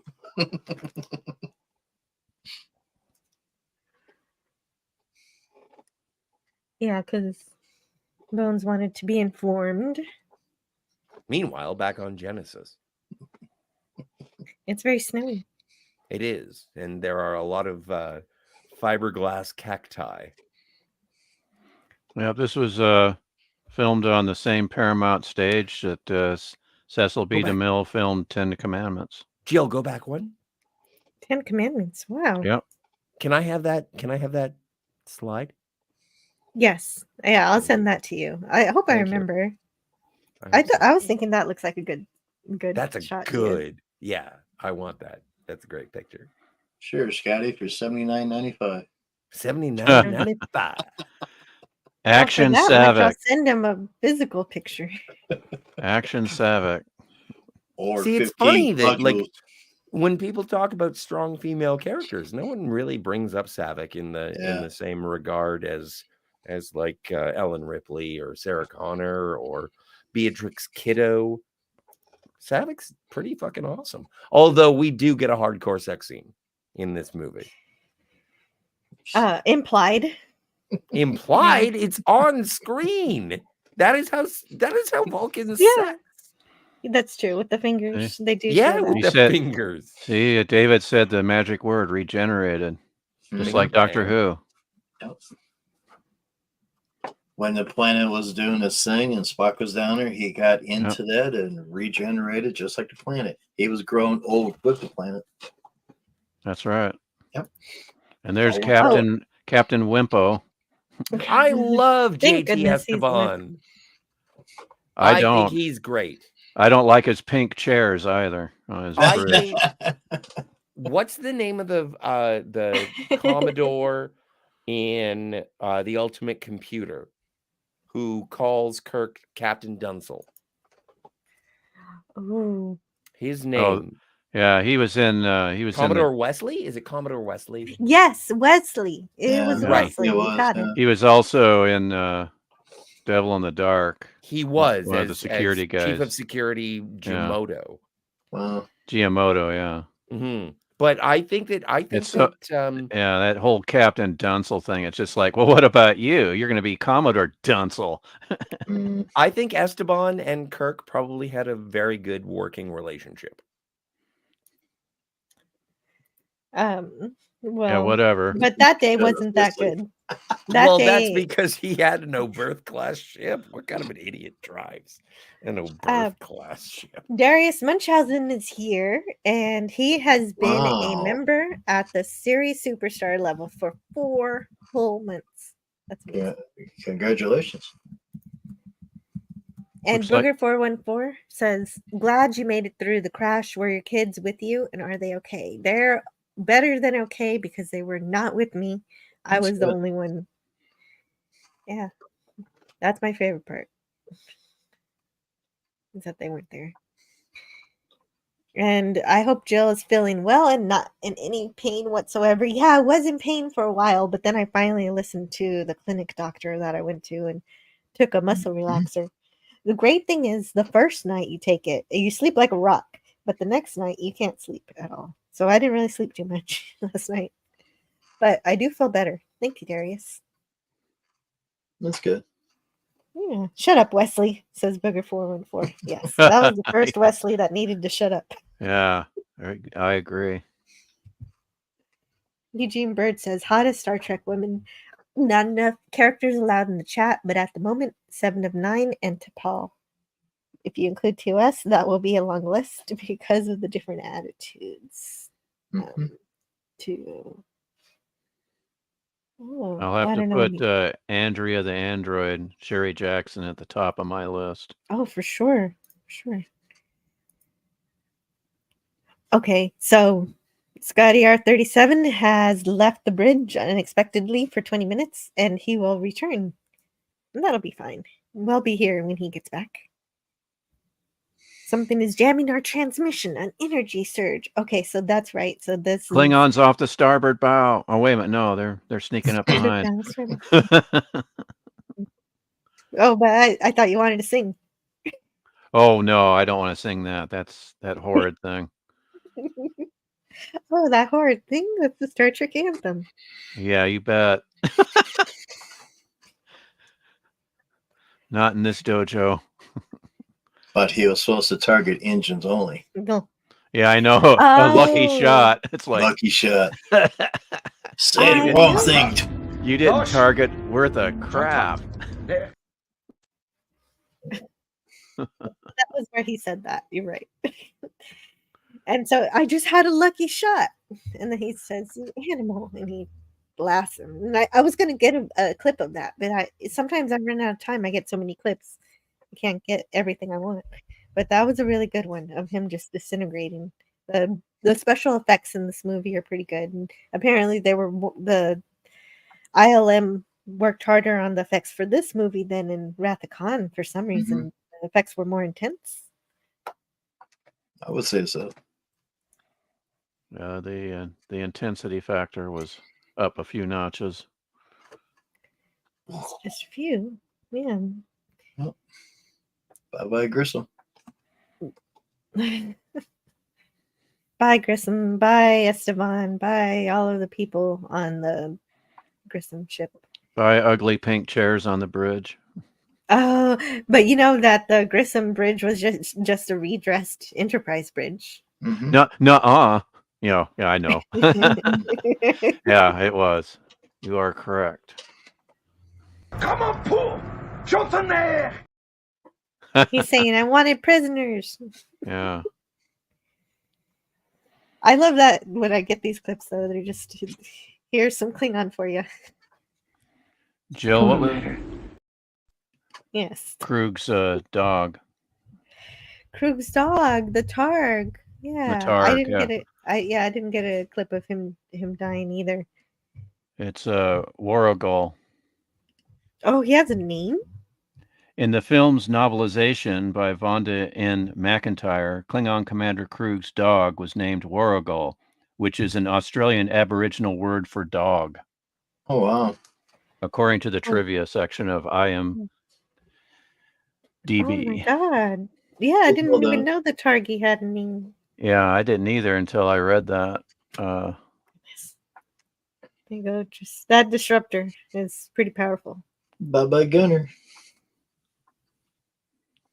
And then when he gives the order, understood, it's like, or I'll shoot you if you screw up again. Oh yeah, later on he gives the same command to Yeah, he's target like, the engines of the Enterprise. understood. Yeah, and he's like, at my command. At my command. Say the wrong thing, Torg. So I wonder, do those Klingon blasters, just like phasers, do they have a proximity setting so you could fire it? Like, let's say he shot that Klingon, but nothing behind it. Like a gun, you have to watch out when you shoot whatever the subject is, that you're not also making the bullet might pass through it and hit whatever's behind it. You know what? That came through my mind too. Why didn't the console also blow up? Because the I'm not script sure didn't how. demand it. But That's why I'm wondering if it had maybe there's a proximity setting on that. On the Yeah, he blaster. has. That would Yeah, explain it. yeah, the captain has a proximity setting just so for just such occasions of blasting the crew when they piss him Right. off. that A makes a mutiny lot of sense. setting, or in a mutiny setting, it's safe to fire aboard of a small Yes. vessel. Now that poor child Spock, how cold he must be. They should have brought an Yeah, extra coat, definitely. you know? Right. That's All not he real- has is yeah, the that's- funeral. That's Or- not real snow, guys. It isn't? No. No. Yeah. But thank goodness it was after the days where they were used to use asbestos. Oh my goodness, that killed Lon Chaney. A lot of people. A lot of people, yeah. Well, what did they use for Lon fake Chaney snow was in the also 80s? Lon Chaney was also a chain smoker. Yeah, that's true. It didn't help matters. Yeah. And What did they use? they used different materials. There was a point where they were even painting cornflakes. Hmm. So they actually used a That's variety, cool. and then they created a synthetic snowflake that was produced just for that reason. Mhm. And yes, Booger, Klingon weapons are called disruptors. Yep. Disruptor. That's it. An unstable substance which every ethical scientist in the Do not take prisoners. galaxy has denounced as dangerous, unpredictable. But it was the only way to solve certain problems. You're giving me a migraine. Yeah. So, like your father, you changed the rules. Is there a problem with Well- that? No, I'm Yeah. Well, I don't know why Scotty decided now was the best time to leave because he's gonna miss the scene that he probably wanted to talk about. oh whatever. Well, he'll survive, I suppose. Oh, Oh, what's man. that? The- Get that off the the mic- screen. The Oh, microbes have grown. yeah, My, now they're my, how scary have they scary grown. things with pinchers and Yeah, right. And so we've got to learn the might of Krug, who yeah. says, I'm gonna kill this thing with my bare hands. Well, That's why he's Klingons- captain.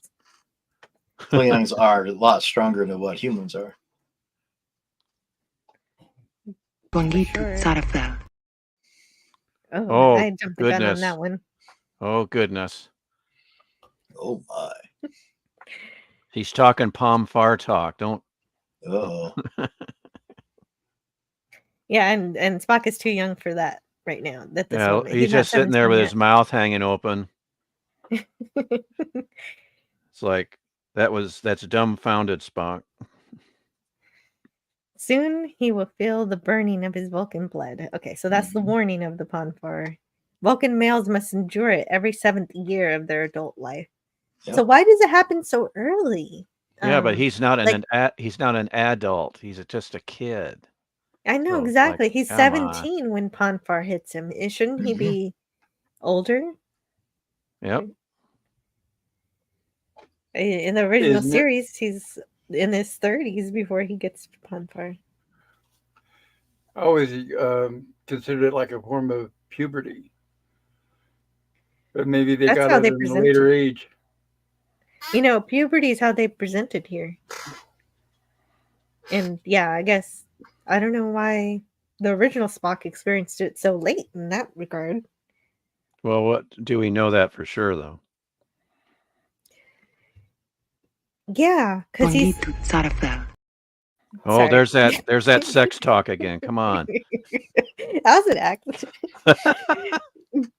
No, but I for one know that Amok Time is the first time that Spock undergoes Ponfar because he says, "I thought that it might miss me. I thought that I might be Because of his be able to, yeah, his because being half human half, yeah. right, Yeah, right." So he says a line like that. Yeah, that's correct. It's all coming back to this old brain of mine. Oh. Well, knowing Scotty, I've talked a bunch about Ponfar, so that stuff is fresh in my mind. Oh goodness gracious! Oh man, it's already 2:00, and we're only halfway through the movie. Let's get going. You need to go warp speed now. Moving on. Well, we got a cloak. And so, like someone said in the chat earlier, this is the remnant of the idea of making the Klingons were supposed to be Romulans. Yeah, that's why it's a bird of prey, like in the first episode with the Romulans' Balance of Terror. Yeah, it was going to be something like And that. in my head canon, the Romulans are still the only ones with a bird of prey and cloaking technology, not the Klingons. What? Why not? Because I am the amazing Stone Racket. No, but I think they eventually made it canon that the yeah, I Romulans know. and the In the Klingons third worked season, they together. didn't have the Romulan model because it was destroyed, and so they had the cheap AMT Klingon model kits to use. So they just said we're adopting Klingon design, and they also have cloaking devices. So they gave it to the Klingons. It's like, yeah, I just think it's silly. I just don't like that. You didn't like it? It's just a personal thing. All right. All power to the weapons. Aye, sir.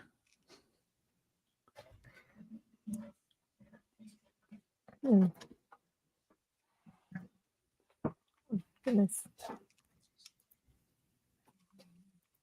All right, so where am I in my clicks here? Oh, this is fine. She's arming torpedoes, so since the Klingon ship uncloaked, they're firing back. Fire, Mr. Scott.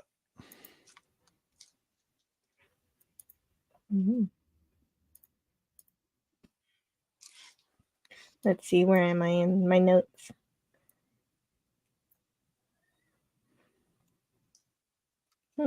Okay, I'm almost there. Hold on just a second.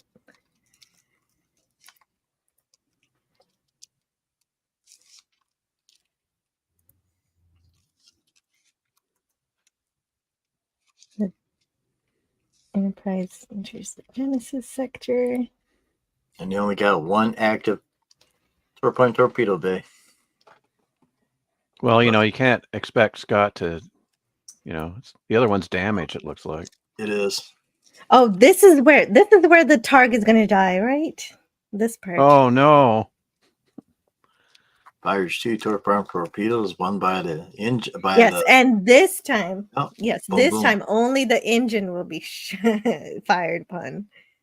And the gunners will listen this time after seeing what happened to their friend who didn't listen. All the lightning bolts through the whole ship. That's pretty neat.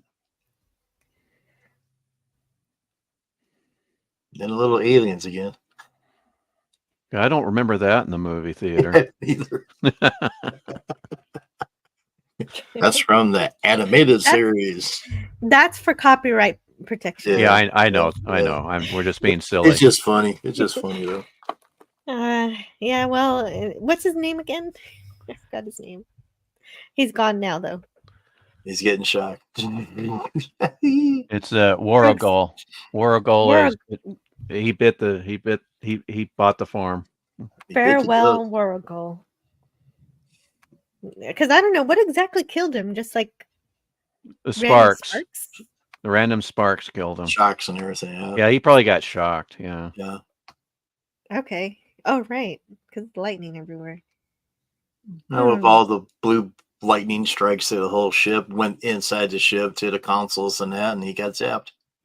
Then Kirk orders the shields up, but then the automation system it's overloaded. Yep.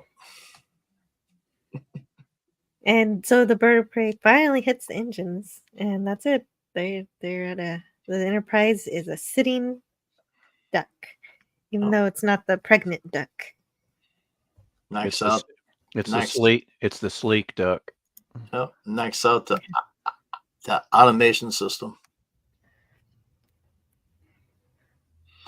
Same principle. Mm-hmm.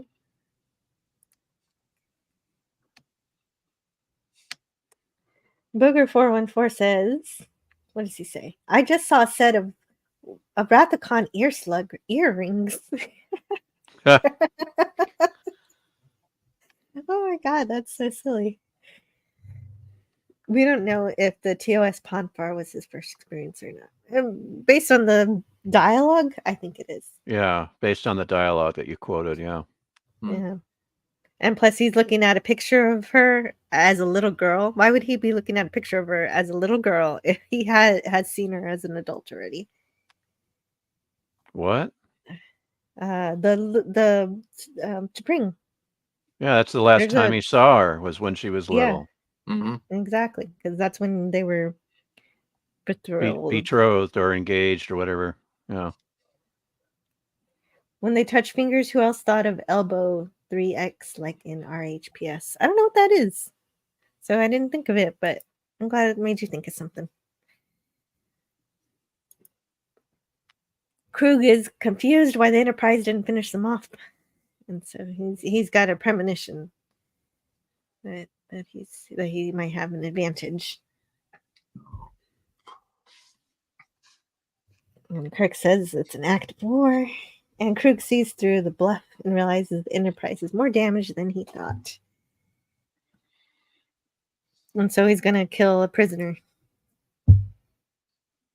Scotty's going to miss this scene too. Where the heck is Scotty? Oh, God. A weakling human. A Vulcan boy. And a woman. And a woman. And so this is the culmination of his villainy and this. He's just basically a guy who wants Genesis. There's I don't know. Is there a lot to his character? He's more of an expression of who the Klingons are in general than a specific. He's just a regular character. He's just like he's a Klingon who was put on a mission, and he's dedicated to it. Unless he's doing all this on his own. It's hard to tell. Oh, really? You think he might be rogue? He could be, yeah. Could be. I mean, he got the information, killed his woman, that crew, and he's acting out, trying to find Kirk and get to Genesis device. You know? Interesting. This planet will destroy itself in hours. Genesis experiment is a failure. A failure.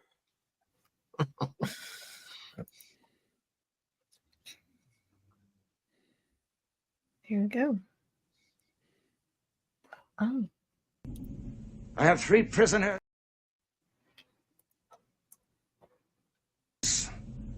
from the team who developed your doomsday weapon. He is subject to rapid aging like this unstable plant. I went wrong.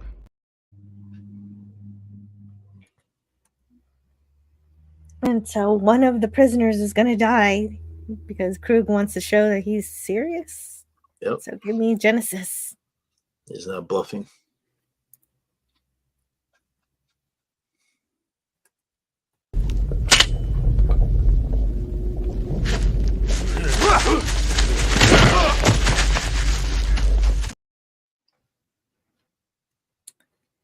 And that's it. Admiral, David is dead.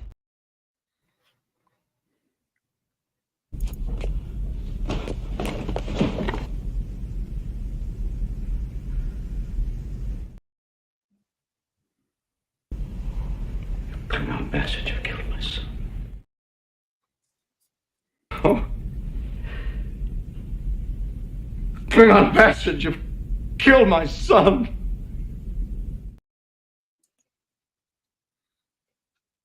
Yeah, and so Krug has his son killed as a demonstration of power over the admiral, and so that definitely hurts. And I think that's some good acting by William Shatner. Yeah, that was hard to watch in the cinema. Yeah. It's tough. Yeah, Scotty said that was the part that got to him. Yeah. Yeah, I had to tell my friend I had something in my eye. Right. Why are they cutting onions in this theater? I give 2 minutes for you and your gallant crew. I would have given them 5. Ain't he nice? Mm-hmm. I'll give you 5 minutes to your gallant crew. More time to get that self-destruct going. No, they had no problem doing that. Hello. Oh, hey, welcome back, PB. And take Genesis from their own memory banks. So I haven't missed the very dramatic scene yet. Oh, that's good. David is dead. Oh, is he already dead? Oh, crap. I missed I it. can. Hey, well, that's not funny, birthday boy. I didn't say it. Yes. Oh, boy. Oh.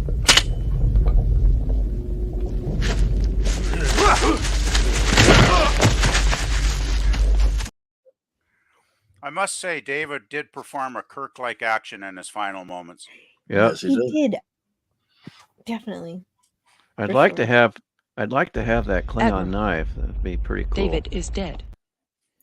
Yeah, I think that's the first time we see a knife like that for a Klingon. So of course we're building up the Klingons here. Yeah, those Klingon weapons, they seem to be designed for maximum pain every time I see one. They will hurt you pretty bad. You betcha. Yep. Yeah, but his sacrifice saves Saavik and Spock. Yep.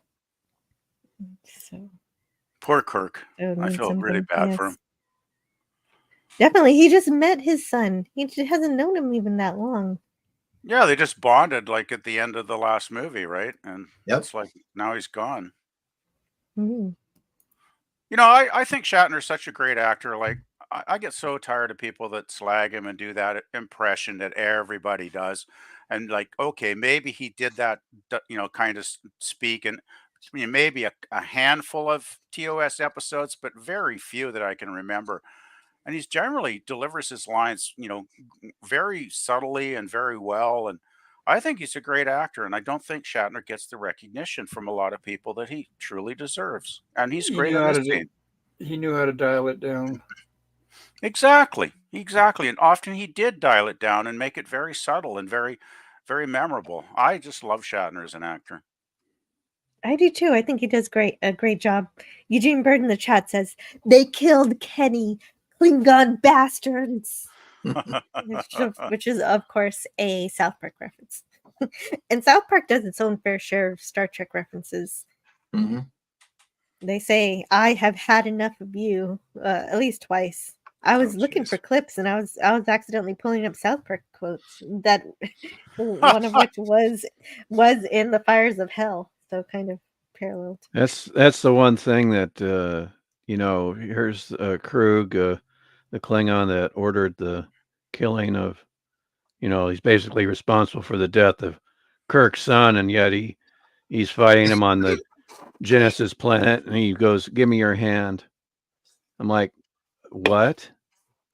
No. Well, I think I understand it. It's because it's Star Trek, and you choose yes. life over. Nah. If I were there, I would go, "No, you don't say that. He makes a But I grab can for you, understand why some people. and then you just go, I have had enough of you." Well, he turned it around when it turned out that Krug did not, in fact, want to be friends. Yeah, let's be friends.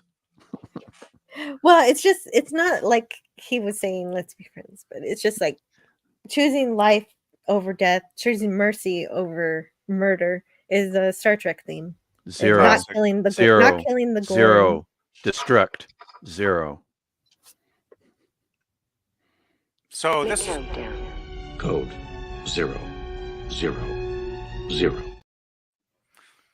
That's got to be one of the Destruct. best scenes Zero. in classic Star Trek. That scene. That's a great scene. So what you're saying, PvP, is you think it's a great scene. Yeah, well, remember on TOS there were a couple episodes where they got to the self-destruct and No, one episode. Was it just one? I thought it was two. Let that be your last battlefield. Mm-hmm. Yes. I thought there was another Oh one. wait, Okay. I got that right here. So look. Destruct sequence is activated. Destruct sequence engaged. Yay. So I was ready. Yes. That was let that be your last battlefield. You have a clip for everything, I think, Jill. They should have had Majel Barrett talk for the computer in the movie as well. I agree. That's actually why I got the "Let That Be Your Last Battlefield" clip, because I wanted to hear Majel. Yeah, maybe she was busy with something else. That seems weird. They didn't get her. So I do like the voice in the movie. It's the sexier voice. Yeah, she sounds good. Well, yeah, it's more computery in the original. TOS. Yeah. And this, it's the only device speaking. 5, 4, 3. What is it saying? Let me hear. Let me hear. Get out of there. Get out. Bird of Prey 5 said David died most bravely, and Yeah. that's absolutely true. He I feel like a lot of people forget that David died bravely. Yeah, he did. So He's I made sure. very, very much like his father. It was a valiant effort. He showed bravery, but he wasn't trained for that sort of thing. Yeah, no, he was strictly a Federation scientist, so definitely was not trained. Get out! Get out of there! Not much time left to beam when you got like 3, 2. Well, if they did activate beams, they'd have been caught in a beam during that explosion. Yeah, I don't think they had much chance, which is good because they were bad Klingons anyway. Stuntman going over the rail. Yeah. You got to have people flying around. Yeah. And fireballs. Yeah. It is a really well done destruct scene. It makes you cry. And scanner. Yeah, where I was living at the time, I remember my friends and I, we were highly anticipating this movie. We had seen all the other ones leading up to it. And obviously we had been through all the hype. We'd been going to the conventions and everything. And then every time any kind of commercial came out, because this was before the internet, we would watch anything we could that had to do with the movie. We'd swallow it up. And if something would come on, one of us would call the others on the phone and say, turn to this channel, whatever. Mm-hmm. And lo and behold, the very night before it premiered, we had planned to go the next day to go see it. And the night before it premiered, they showed the trailer with the Enterprise exploding, and I'm thinking, are you fucking kidding me? I'm sorry for the language. I couldn't believe they gave away that spoiler the night before. Yeah, I'm glad they weren't supposed to. The Yeah, I'm production was glad. trying to keep it a secret, but they decided to Yeah. put it in the trailers. I'm glad I never saw the trailer. I just Yeah, went in I cold. didn't see that one, so I did. I was upset. yeah, that was yeah. that was a bummer. That was mighty yeah. stupid of them to do that. That's really bad. Yeah. I remember calling my friend. He goes, "Are you sure it's the Enterprise?" I said, "Yes." "Are you sure it's Yeah. destroyed?" I said, "Oh yeah." If you saw the footage, yeah, there's no way. There's no coming back from that. And Jill, they're all looking at a tennis ball on a boom. No, they're looking at the destruction of the Enterprise. But I know you're meaning the production. Yeah, I'm revealing the means of production, and of course they had to do it a few times because they weren't all looking in the same spot. So it's like, come on, you're all supposed to watch the tennis ball. Follow the little ball. Yeah. Still great facial acting here. These three, like, superb. Agreed. My God, Bones. What have I done? We have to remember too how much this Enterprise meant to Scotty. Oh yeah. Poor Well, Scotty. yes, like Mark Harkness says, this was the death of what was as beloved a character as any in the franchise, and it hurt. It hurt bad. Much more than the Enterprise D Kirk, or Hip and Lefty. Kirk and Scotty, but worry about of course Dr. McCoy. Yeah, he just goes whatever. No, just kidding. No. Just kidding. This is the last time that they turned the Enterprise into a character. Before this, or after this, they were disposable fare. And they didn't have ships that you cared about anymore because they just wanted to sell models.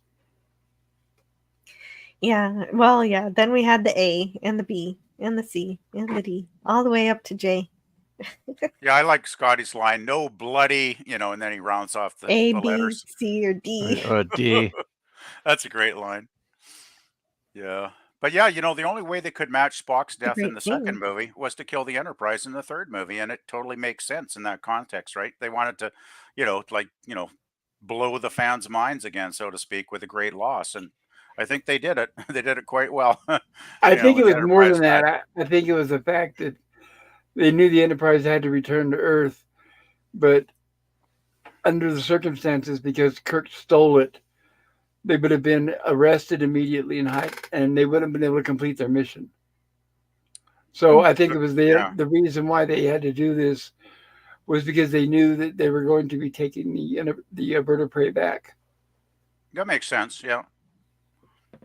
It all works in the storyline, right? So yeah, it all makes sense. Yeah. What you had to do. What you always do. Turn death into a fighting chance to live. I always thought Bones was a philosopher at heart, Very philosophical line there. Don't forget the NCC 1701M from Renegades. Oh, I'm not even that far yet. Thank you, Booger. I'll check that out one day. There's so many. There are too many Enterprises. Oh no, and then somebody's gonna say, I have too many Enterprises. Teatime says Trek commies have seized the means of Star Trek production. Rest in peace. Oh, one of the things that made me most mad, just offhand, it didn't even matter because it's not real Star Trek, was they were selling these NFTs. I don't know, NFTs are weird, but of starships, but they were just like Frankenstein starships, and they were just like automatically generated different random pieces stuck together and all every which way that made no sense. And I guess people were buying them. I don't know if anybody bought them. I have no idea how that went. I just know it exists, and I can't believe I just advertised it on my show. Don't buy that thing that I just mentioned. I don't even understand why anybody would. Jill's just making that up. Don't listen to her. Yeah, I just made that up. That doesn't exist. That's right. They're ugly. They're ugly. Why would anybody buy them? Anyway. Because it's a piece. Buyers are idiots. It's a piece of history of Star Trek. That's why. Well, real Star Trek ships designed by real Star Trek designers, like something that Matt Jeffries made, or something that Right. Doug Drexler made, that would be worth the money. Well, they sell anything to make money. Well, I mean, the last real starships were designed in Enterprise. I thought, after Enterprise, it doesn't exist for me anymore. Star Trek after Enterprise. So Yeah, fair enough. Agreed. Yeah, I didn't buy. NFTs is like buying the Brooklyn Bridge based on a postcard. Yeah, I think it's kind of dumb too. I didn't buy any burn-up ship. I didn't like them. Oh, I hated them. Yeah. I watched like 2 episodes of Discovery, and I was like, "This is so ugly. This show is so dark and ugly looking." I mean, everything. The Kling orcs were ugly. The ships were ugly. The characters were ugly. It was like, wow, this is a real ugly fest here, and that was when I bailed. Like, that's enough for me. There we go. I fixed crop. If you guys noticed a problem with the picture, I fixed it.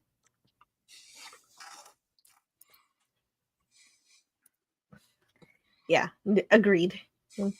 No pizza cutter for me, unless it's the actual pizza cutter of the original Enterprise.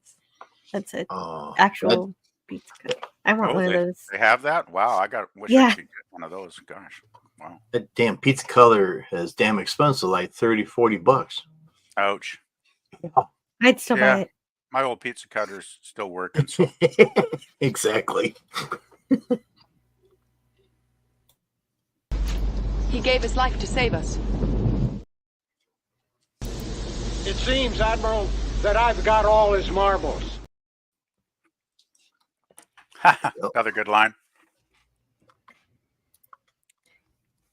That's what real Star Trek always did well, though. It's not just the action and the Klingons and the space battles.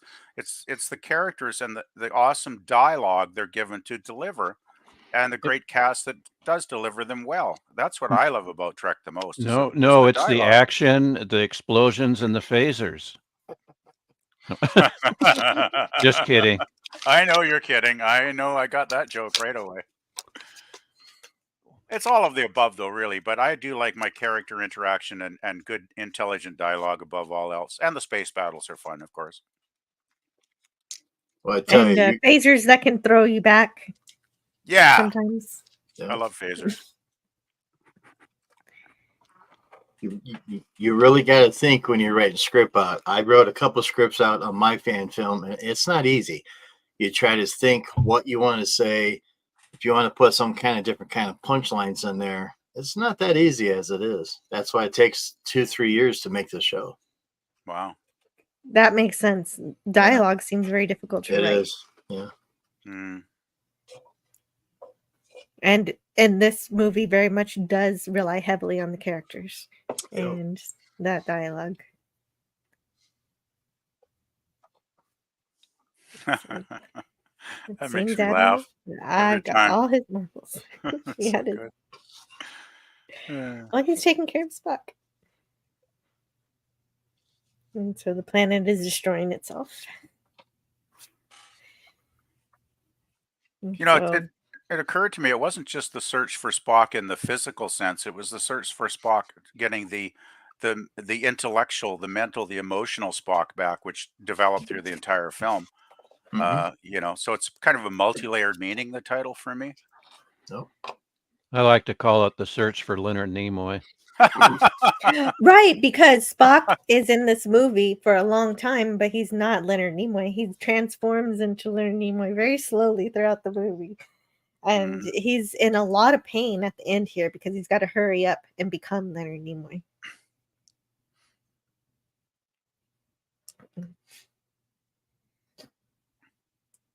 And so, oh yeah, but before he becomes Leonard Nimoy, there is a scene where Spock does toss a Klingon just like a rag doll. So his Vulcan strength is coming to its own.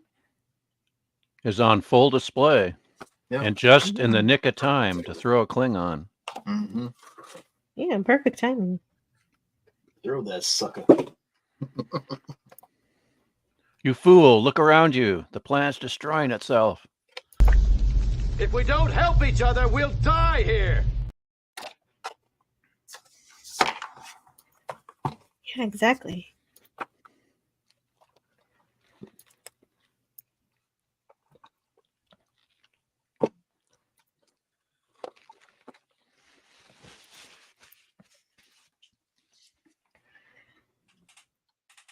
And so, of course, this is the part where they're fighting. They fight. They fight. I need Scotty to sing that song. They fight. They fight. They fight. Fight, fight, fight, fight. Krug he's totally okay with dying. But Kirk, okay, so they fight. And Krug hangs over the cliff. Kirk offers to pull him up. But the Klingon decides he'd rather take his enemy down into the fires with him. Mm-hmm. And there's that great ILM lava. They do good lava effects. Oh, yeah, it's great lava. Hey, welcome back. You're just in time for Krug to be kicked in the face. Well, and this is a really fun quote, because I think that a lot of people have this feeling towards me in terms of, I have had enough of you. We're gonna throw you in a pit of hell, man. Oh my Give me Genesis! Right, This you is such told a me great- that. This is I love it. Go to Stovakar. So good. Give me your hand! That's amazing. Kirk wants to save this guy that murdered Yeah. his son. It's like, wow, that's Kirk. Yeah. It's extreme mercy. I don't buy it. You don't buy it. No, I don't buy it one bit. He killed his son. Well, the Gorn killed a whole colony of people, and Kirk still had mercy on the Gorn captain. That's different. That was a cool Gorn. Oh, jeez. I think that would have killed the Kirk for the audience. Yeah. He would no longer be the good guy anymore. I'm just being stubborn, Jill. I'm Yeah. sorry. Oh, okay. Exactly, pop culture curator. I think the way they did it was perfect. Well, I do think Kirk motivation too was, he could just die a fiery, quick death, or I can save his ass, take him back to the Federation. They'll, try him, convict him for murder, throw him in a slammer for the rest of his life, in some miserable, place, and he'll suffer a lot more that way. And he won't die a Klingon honorable death. He'll die an old man in a prison cell. So Kirk, I think, got has it. other motivations, right? That's good. Oh, thank you, Jill. That you got it, PvP. That's precisely what Kirk probably wanted. Yeah, I think so. Yep. Thanks, But Jill. Krug had a different idea.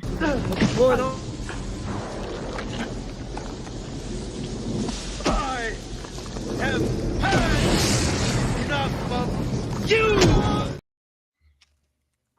It's really interesting, just in terms of the elevated sense of humanity. In terms of, like, we hear about how people maintain themselves or conduct themselves in the 23rd and 24th century, and I think this mercy for one's enemy, even the people that you hate, it should be extended until they are, like, once they're unwilling to accept it, then that's when you start kicking them in the face. Radio. Yeah. But Yeah. I do think I would agree with that. that Star Trek people are that's what I think, that's something that's been common throughout our conversations about Star Trek, is that not only are they adults doing their job, but they're also not governed by their passions. There is a certain level of mercy, humanity, whatever you want to call it, and discipline. Yeah, and that is something that is aspirational through Star Trek, through their characters, through the world, through everything. So even when Krug had murdered David, it's like, you're a life and you deserve to live. Yes, and whether that it's be for the punishment, Precisely. I was just PvP. about to say that it's all about the respect for life that Yeah, Star it's Trek has. key word that Scotty said, A for aspirational, and which New Trek has nothing of it of its kind at all. Yeah, new Trek Yes. Trek is like nihilistic, basically. Yeah, it's nihilistic. It's murder Trek is what I call it. Well, well, yeah, and really. it stayed that way all the way through. Every Yep. single one is Murder Trek, And the except for philosophy of Prodigy. But the It's the philosophy of New Trek seems to be contemporary, whereas Star Trek, real Star Trek, is again aspirational. It's something to strive to be, not just being comfortable with. What's your catchphrase, Captain? It's like, shut oh up. my god, Well, real Trek to me is yeah. timeless. No, It's I love timeless. how you explain that. Yes, Real Trek it is timeless. I mean, sure, TOS is of its time in the '60s. We all can acknowledge that, I suppose. But still, there even TOS is timeless in the way that a lot of the storylines and the writing presents ideas that are still relevant to this day, right? So for me, the real Trek will always be timeless Trek, and the new stuff, as Scotty said, is kind of like contemporary, and I think it suffers greatly for that. Mhm. Yeah, it delights itself in bringing down Star Trek to the pessimism of the the nihilism that they want to project rather than the optimism that Star Trek is supposed to have. It's their pure But hatred for the franchise, the fans, and the people that created the franchise. That's Yeah. right. Total disdain for the franchise. You could tell. Yep. That's it is. You're right. You're absolutely Right, it's like giving a bunch of people the job that they don't want, and they're going to make it clear that they don't want it. Like, let's not forget Alex Kurtzman made a movie about the Mummy. Oh, nobody saw that though. No, my dad loves it. Oh no way. Yeah, Okay. I'm sorry for my parentage. Well, I mean, I never saw it, so I don't really know much about it. No, you're talking about the Mummy with with Tom Cruise, right? That's the one. Yeah. Oh my god. What My is dad loves this. Scotty, what does your dad think about the Universal Mummy? You know what? I don't know. I love the Universal Mummy. I got a Blu-ray set of all the classic Universals. And I Yeah. watched them all, and I love the original Mummy. I don't think my dad has ever actually seen. And Oh, if you he got has seen it, yeah, you got to he show your dad doesn't all. mention it. Yeah, you I got to show love your this dad all the conversation. classic Universal. We're But guys, busy, I'm running guys. out of We're talking time. about Star Trek 3. No, Yeah, I Star know, Trek I 3. know. I've got 15 minutes, and I got to say hello to Anonymous. He says even after he murdered his son, he tried to save him twice. Some people are just too dumb to save. And I never understood why Krug was such a Phil Collins fan. Did he say Susu Studio? Well, it makes sense because Krug was literally dragging him down with him. So he made the best decision. I love the special effects of the Genesis agreed. hellscape. I love this Oh. hellscape. The Trek reviewer says, hold on, Kirk just killed Doc Brown. Yes, me too.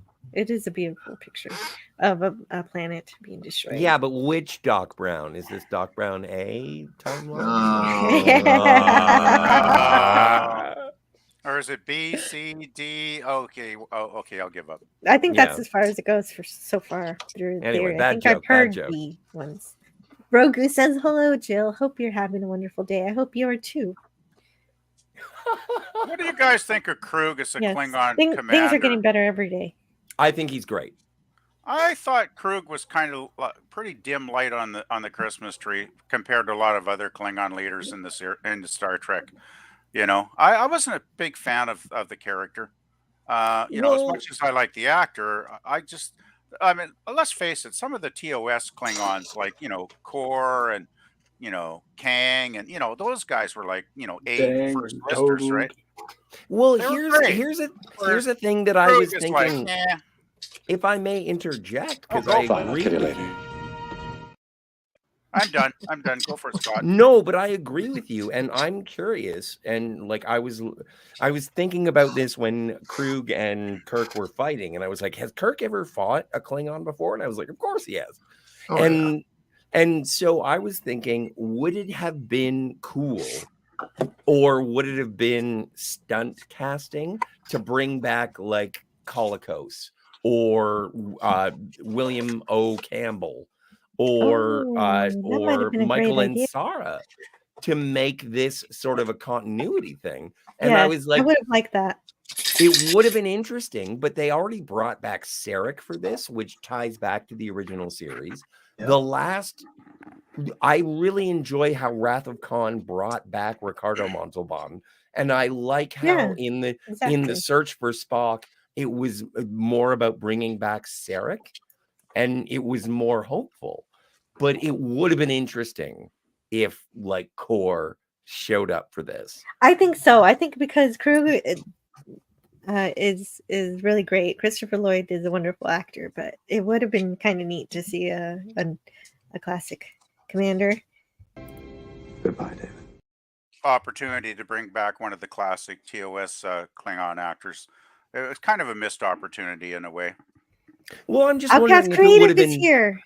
Hey, Outcast hello Creative. to the Outcast Creative. It's Lance. He says, "Hey, Jill, see you Sunday. This is the Star Trek film.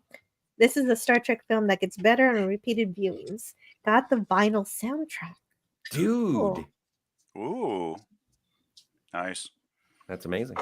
Actually, I You have know some what? final records of Trek on my shelf somewhere here. I've got some real rare ones too, like going back to like the late '60s, I think.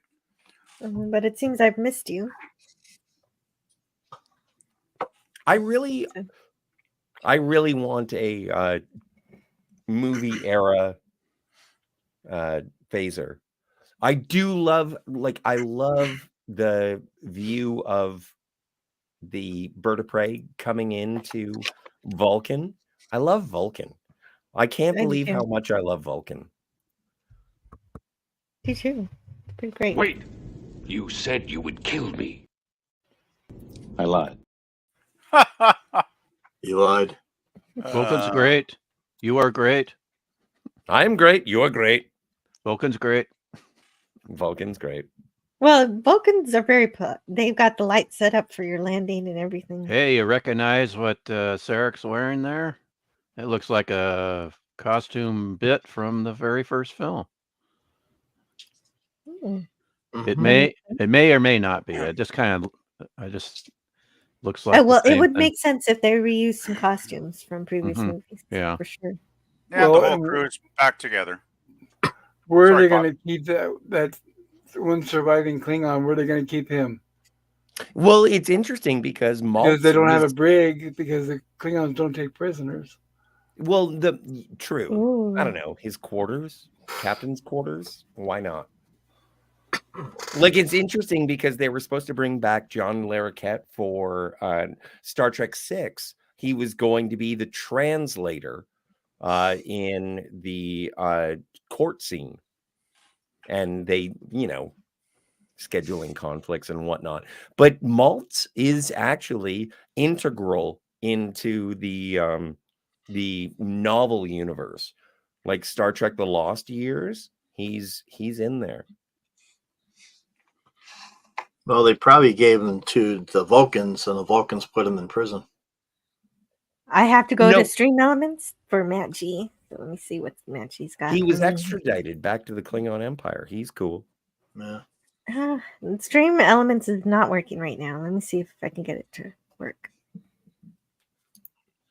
Jill, your name is Jill, says the Outcasts Creative. Thank you. That was beautiful. What about Scotty? You described Maltz being in the extended universe, shall we say, of Star Trek in the novels. What about the sexy Vulcan women in the diaphanous gowns? You know what? I was curious about that. Lovely. I was curious about this sexy Vulcans. Things popping out in the right spot. Well, Matt G sent in a $2 tip, and he says the Genesis project should have been about the band. Starfleet is looking for the invisible touch. The original lines for Enterprise- Now I get it. Who hiss? Jill Collins. Who hiss? Not a The big original- Genesis fan. I got The original Yeah, line for the I am. Enterprise destruction was 86753. Get out of there. Only thing about 09. me is the way that I spark. Great job, Manchi. You made the entire panel groan. Yes, that was a groaner. That was impressive work. Was he I'm talking sorry, about? I don't see it. I need to fix my stream elements again. Did I hear that right? Were you giving us Jenny's number there? Yes, 8674309. Right. I read that is 75309. 8675309. Yeah. That is oddly enough the prefix number for the Grissom. I read a story that that was actually a real phone number some poor guy had, and he started getting all these hundreds of phone calls every day. So he had to change his number after like a week or two, right? Because it was driving him That's nuts. true. Yeah, now nobody uses that number. My logic is uncertain. Can we choose the danger? And we can. I choose the danger. We can thank Dame Judith Anderson for that. I was always certain. I have never. She said he just says I accept, and she said, "Well, let's add something to that to make it more dramatic." I have never My logic is uncertain where my son is concerned. There's the whole thing. I don't think I buy it. Well, he is a Vulcan who married a human, so it's possible. I think I do. I think that his human wife kind of rubbed off on him a bit, so to speak, metaphorically. Well, let's hope. No, I'm talking metaphorically. Like, well, I mean, it's kind of required. Surik did show some vulnerability there for a moment, which was very Do un-Vulcan-like. Do Vulcans have penises? I don't. Hell of a time to ask. I wanted to ask. I was going to ask for that clip, Jill. So I'm glad you just played it. I need that one like constantly for Scotty. Yeah. Only Scotty will think of that. In answer to Scotty's question, I think Not the Amok first time. time either. Amok time definitely tells the tale on if Vulcans have that. I thank you. BR549. Yeah, good timing for that. Oh, that was good. Thank you, Jill. I just got to get through this movie because I got to go. Guys, I haven't even gotten through to any of the production stuff. So if you want to learn production stuff, we can do a part 2 of Star Trek 3. I was gonna read some stuff from the 55-year mission book. Okay. That has the first 25 years and then the second 25 years. It's a really good book, and it has lots of cool information about this movie that I was going to. How do you get around? Do you have a skateboard? Go for it. I'm going to mute. A skateboard? I got a new car. I had to do.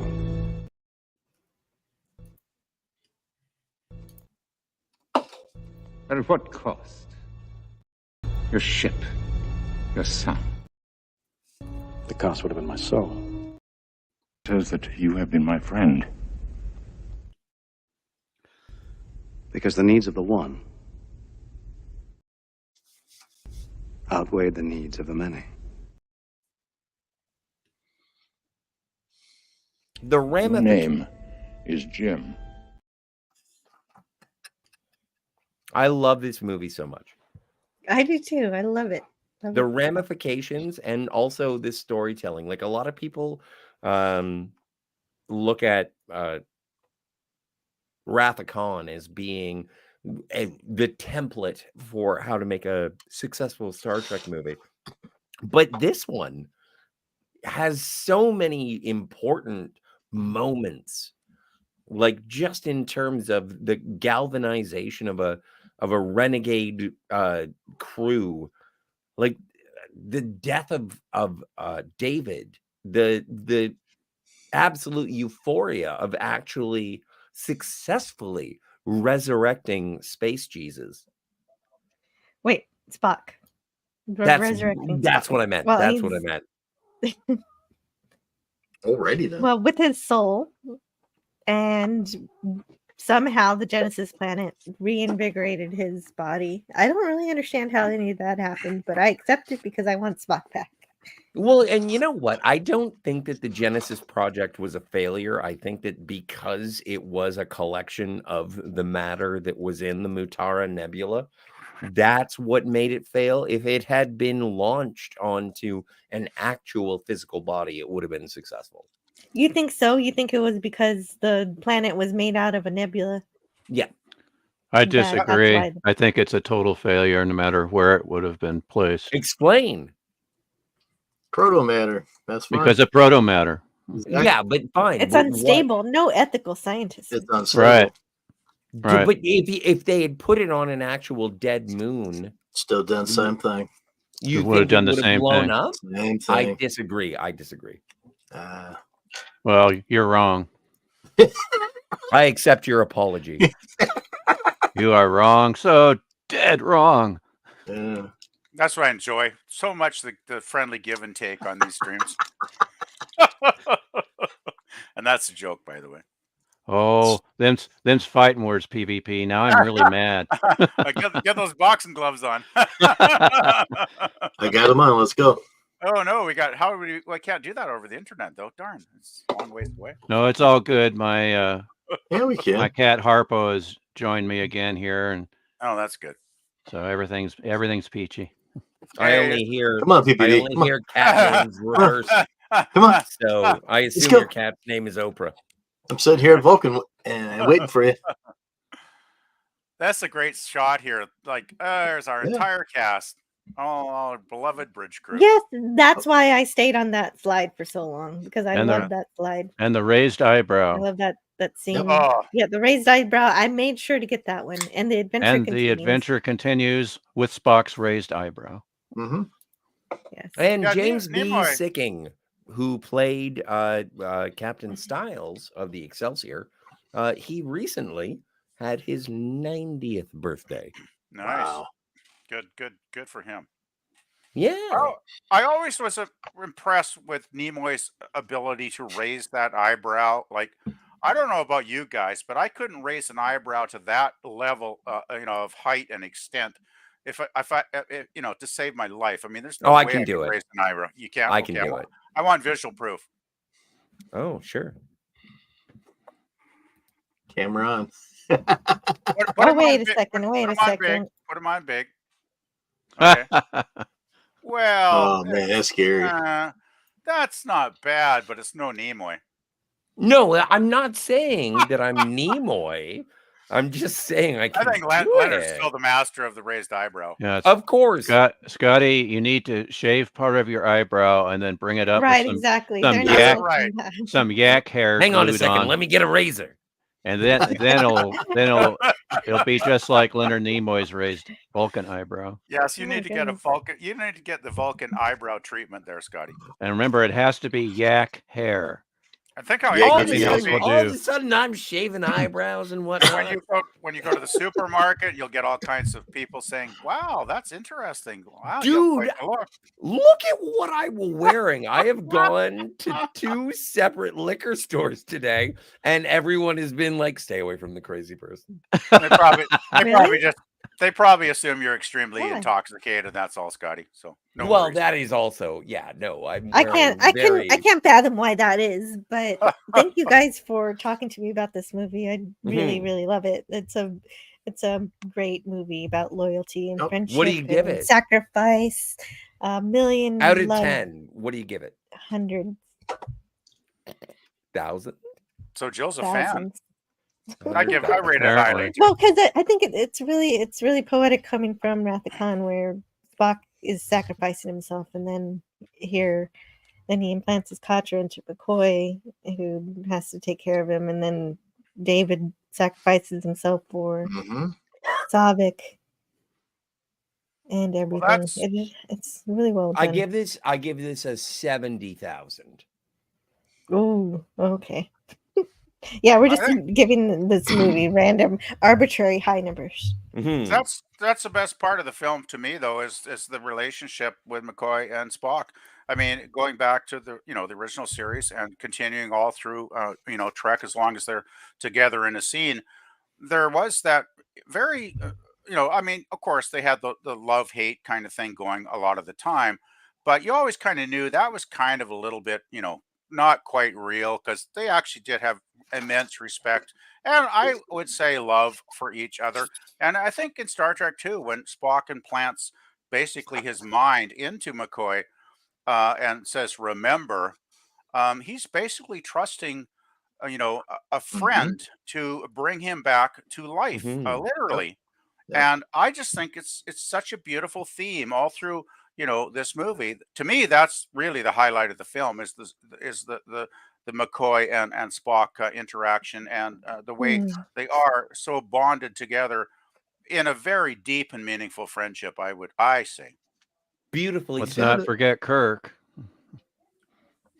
Yeah, Kirk is, it's the big Is this trio, my but fault, there's or something can you guys special. hear him? Yes, I What? can hear you. Huh? Who? What? Yeah, Clem you're fine. Fandango. You sound fine. I just think Spock and McCoy have a special No, I meant relationship. everybody's breaking up for me. I don't know why. I think my computer is messing It's up. But I wanted to breaking play up- this. That green-blooded son of a bitch. Hey! Is his revenge for all those arguments he lost. That's So how I that's feel basically about what- After we're everybody. talking about all the love and friendship, and you play that, Jill? Mhm, Oh, mhm. Yeah, thanks for that, Jill. That talk demolishes, about a bucket of cold water on our conversation. demolishes my thoughts about how they're great friends. Gosh. Demon cold now, man. Oh, well, what do It's I know? part of it, though. That's part of their relationship, though. Yeah. That was what Anyway, are makes we it getting fun, out of though. here or what? We are. This is I need to leave. Yeah, Man, show's I just over. have more Nothing to to say see about here. this. I guess I had more to give. Jill, But anyway, I guess, what are you up to? We should do a part 2 of this. We should do a part Yeah. 2. You know what? We'll just arbitrarily talk about it on shore leave next week. Sounds good. That'll work. Well, and also we have a member stream, so we can do Oh, that. yeah, that's true too. Mm-hmm. And also, who cares if we talk about Star Trek 3 during Leisure Suit Larry? That's also, yeah, I don't know. We might be a little distracted by pixels. I know, right? But there's Pon Far. There is. Scotty, what are you doing on the internet? I got Whatever I want, really, usually. I got a No, I hang it like now, I'm on Twitter, X. I'm at Scotty R37. I'm losing subscribers every day. And I'm also on the Phantasmagorium, and we talk about Fargo currently, and we're having a blast. We just started Fargo season 3, and we're going through that. And now that Jill has survived her stuntman sojourn, Oh yeah, someone called me Evil Knievel. Evil Conjilval. That was clumsy. And I'm just hanging out.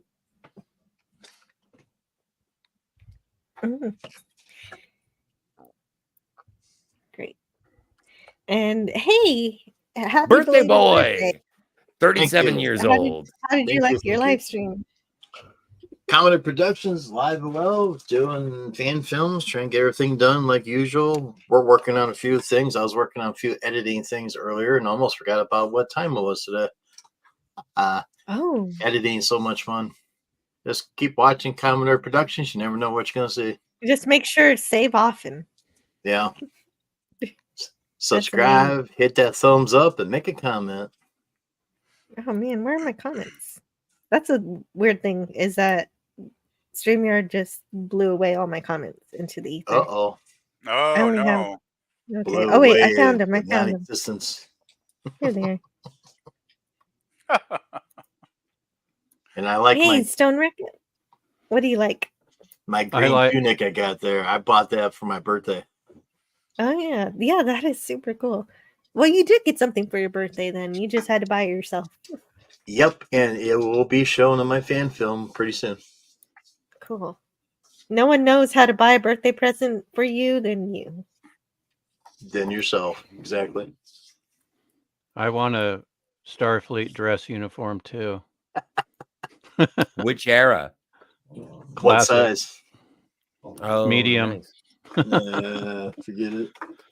Penny's back Oh. from shopping. That's how long we've been streaming. They're about Hey, $80. Well, I'm not a YouTuber. I like to hang out on Jill's channel and Pop Culture Curator's channel. I have to admit I'm a hopeless Jill groupie, and I'm so Tell glad me you're about it. I'm so glad you're alive, Jill, and I am so happy to be here talking to all of you about Star Trek. And yeah. this is my second favorite Star Trek film, and I agree that it gets needlessly maligned, and it's a great follow-up to Star Trek II: Wrath of Khan, and I think it's a very important film, and that's why I rank it so high on my personal Trek list. Agreed. Yeah, for sure. I think it's really wonderful. And thank you, Stone Racket. You say that, but I'm the lucky one. I get to learn from all of you, and I have a lot of fun doing it. Well, So thanks. it's always fun hanging out with fellow Trekkers, true Trekkers. Oh yeah, thank you. For sure. And PvP, what's going on with you? What you doing? Well, I got another printer, but of course they said they had 2 in stock, and I went there and it's like, oh no, we have none of that one in stock. You'd have to drive 45 minutes away to get it at the other store in another Skip city. to the And I'm end. like, okay, the end is I ended up having to buy. Thanks for interrupting, by the way, Scotty. You're welcome. Skip to the end. Well, Can he I is. He is. Go for it, PvP. I probably We're would have almost been done done. by now, but oh well. Anyway, I ended up buying a different brand for around the same price. So the search for a Was it a printer, Canon? the search, yes, it was. The search for a Nice. printer, the search for a Wow. printer, ha ha ha, has ended. Now I have to go to the Voyage home to hook the printer up on my desk here. So hopefully the Voyage home will be a happy ending like the film. Do you have paper? Oh yeah, I lost your link, PvP, so I'll find it later. I know you have a channel, but Well, do you I have just paper lost it. for I the don't know where you printer? went. Oh, that's okay. I'm just doing playlist stuff anyway, just music as usual. Mm. And I did hit a gold mine. I found a gold What do mine you source. print? Okay, PvP, I do have to leave, so Yeah, I'm well, gonna move on to Scotty's Pop going Culture to Curator. interrupt me anyway, so I'm Well, done. I'm Yeah, curious probably. what He's you're so excited printing. about your. You know what, Scotty? You could talk to PvP about his printer later. We're gonna Pop do Culture it next Curator, are week you on our here? new. I'm podcast. here. Okay, could you please tell me what you're doing on your channel? I know you've been ill lately, but I'm so happy you're Yeah, here. That means I apologize. I've been a little under the weather lately, guys. I well, apologize. I Month- missed my Tuesday show anyway, so that really that it was good I'm that hoping you to be didn't have back to worry next. about missing that. Okay. I apologize. Yeah, I missed the last few streams. I've been undergoing some new treatment, but I'm hoping tomorrow night to be back for my rumblings from the lab, and then hopefully continue next week with my regular streams. Mondays, Lost in Space, and Tuesdays, horror sci-fi stream. Wednesdays, Gilligan's Island. Thank you. I don't know if somebody's making Yay. some noise or something. I don't know. This is a distraction. Yeah, I noticed that too. I don't know who's making noise. Thank you for having me on, Jill. Welcome. Thank you so much for being here, and everybody was so great. Thank you, Goodbye, everyone. everybody. Yeah, goodbye, everyone, and Yeah, I hope you goodbye, have everybody. a lovely, wonderful, fantastic Friday. I'm so happy that you stayed with me for so long to talk about Star Trek 3, and I want to talk about it some more. There's so much to talk about with it. I didn't talk about like a quarter of the cool things that happened during the making of this movie and all the themes and all the different trivia stuff. Like I didn't get through much of it. So Well, So Jill, maybe I'm super Yeah. jazzed that you are alive, that you survived your Deanna Troy moment of Hey. crashing the saucer system into Viridian 3. Hey, And the now Deanna that you're Troy back, is the lady who hit me. yeah, Deanna Troy is the lady who hit you. Exactly. And so I'm just so happy that you're back, and it is a pleasure to be able to hang out with you. It's so fun. I love you so much. You're my best friend on the internet. And I'm sure that a lot of people think that same thing.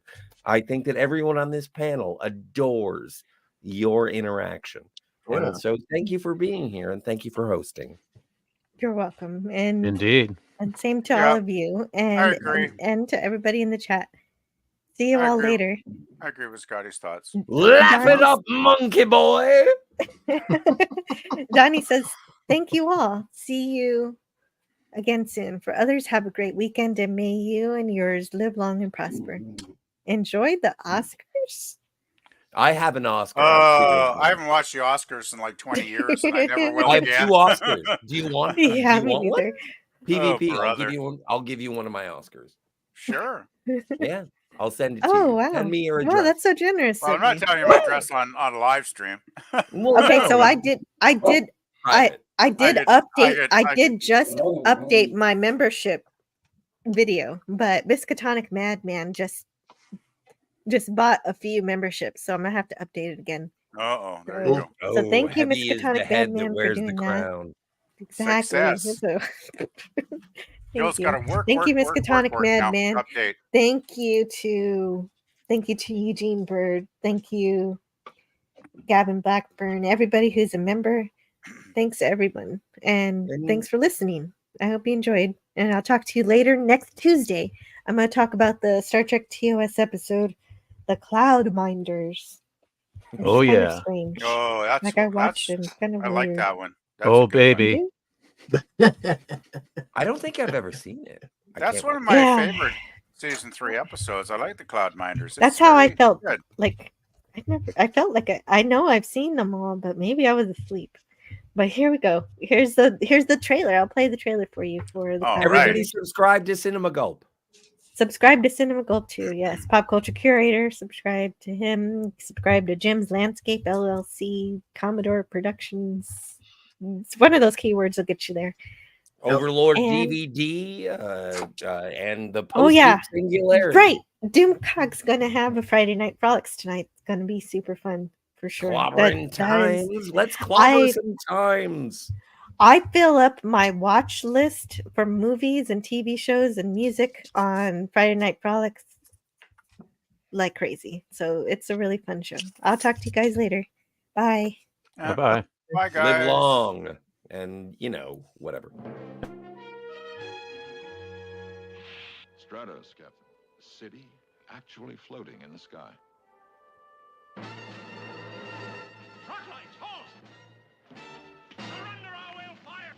There's a dangerous gas in the mines. This mask will prevent any further damage. Speak! I command you. I would advise you to increase your knowledge. You only take a mate once every 7 years. And is there nothing that can disturb that cycle? Dig as the troglodytes do. As the troglodytes That do. mask I haven't. With your bare hands, Captain. You still refuse to disclose the names of the other disruptors. Very well, if you prefer the rays. Enterprise, help! They'll kill each other!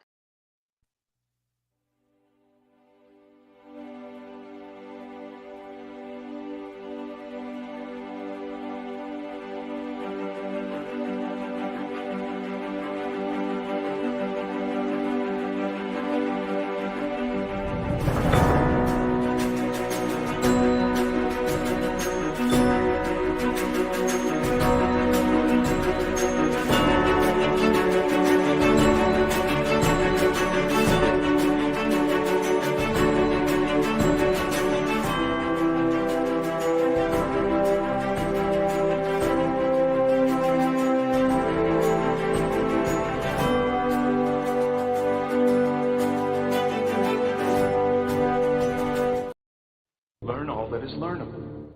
And the ways our differences combine to create meaning and beauty. It has always been easier to destroy than to create. Well, now you have something new to think about. Carry on. All right, move along. Done. Stop it. Get off of the things. Go outside. Get some food. It's like, you know, it's a time of day where you live. Go do something. Shut up, Snoopy. I don't care. You smoke too much. Let's go. Let's go adventure. Let's go explore. See you around the galaxy.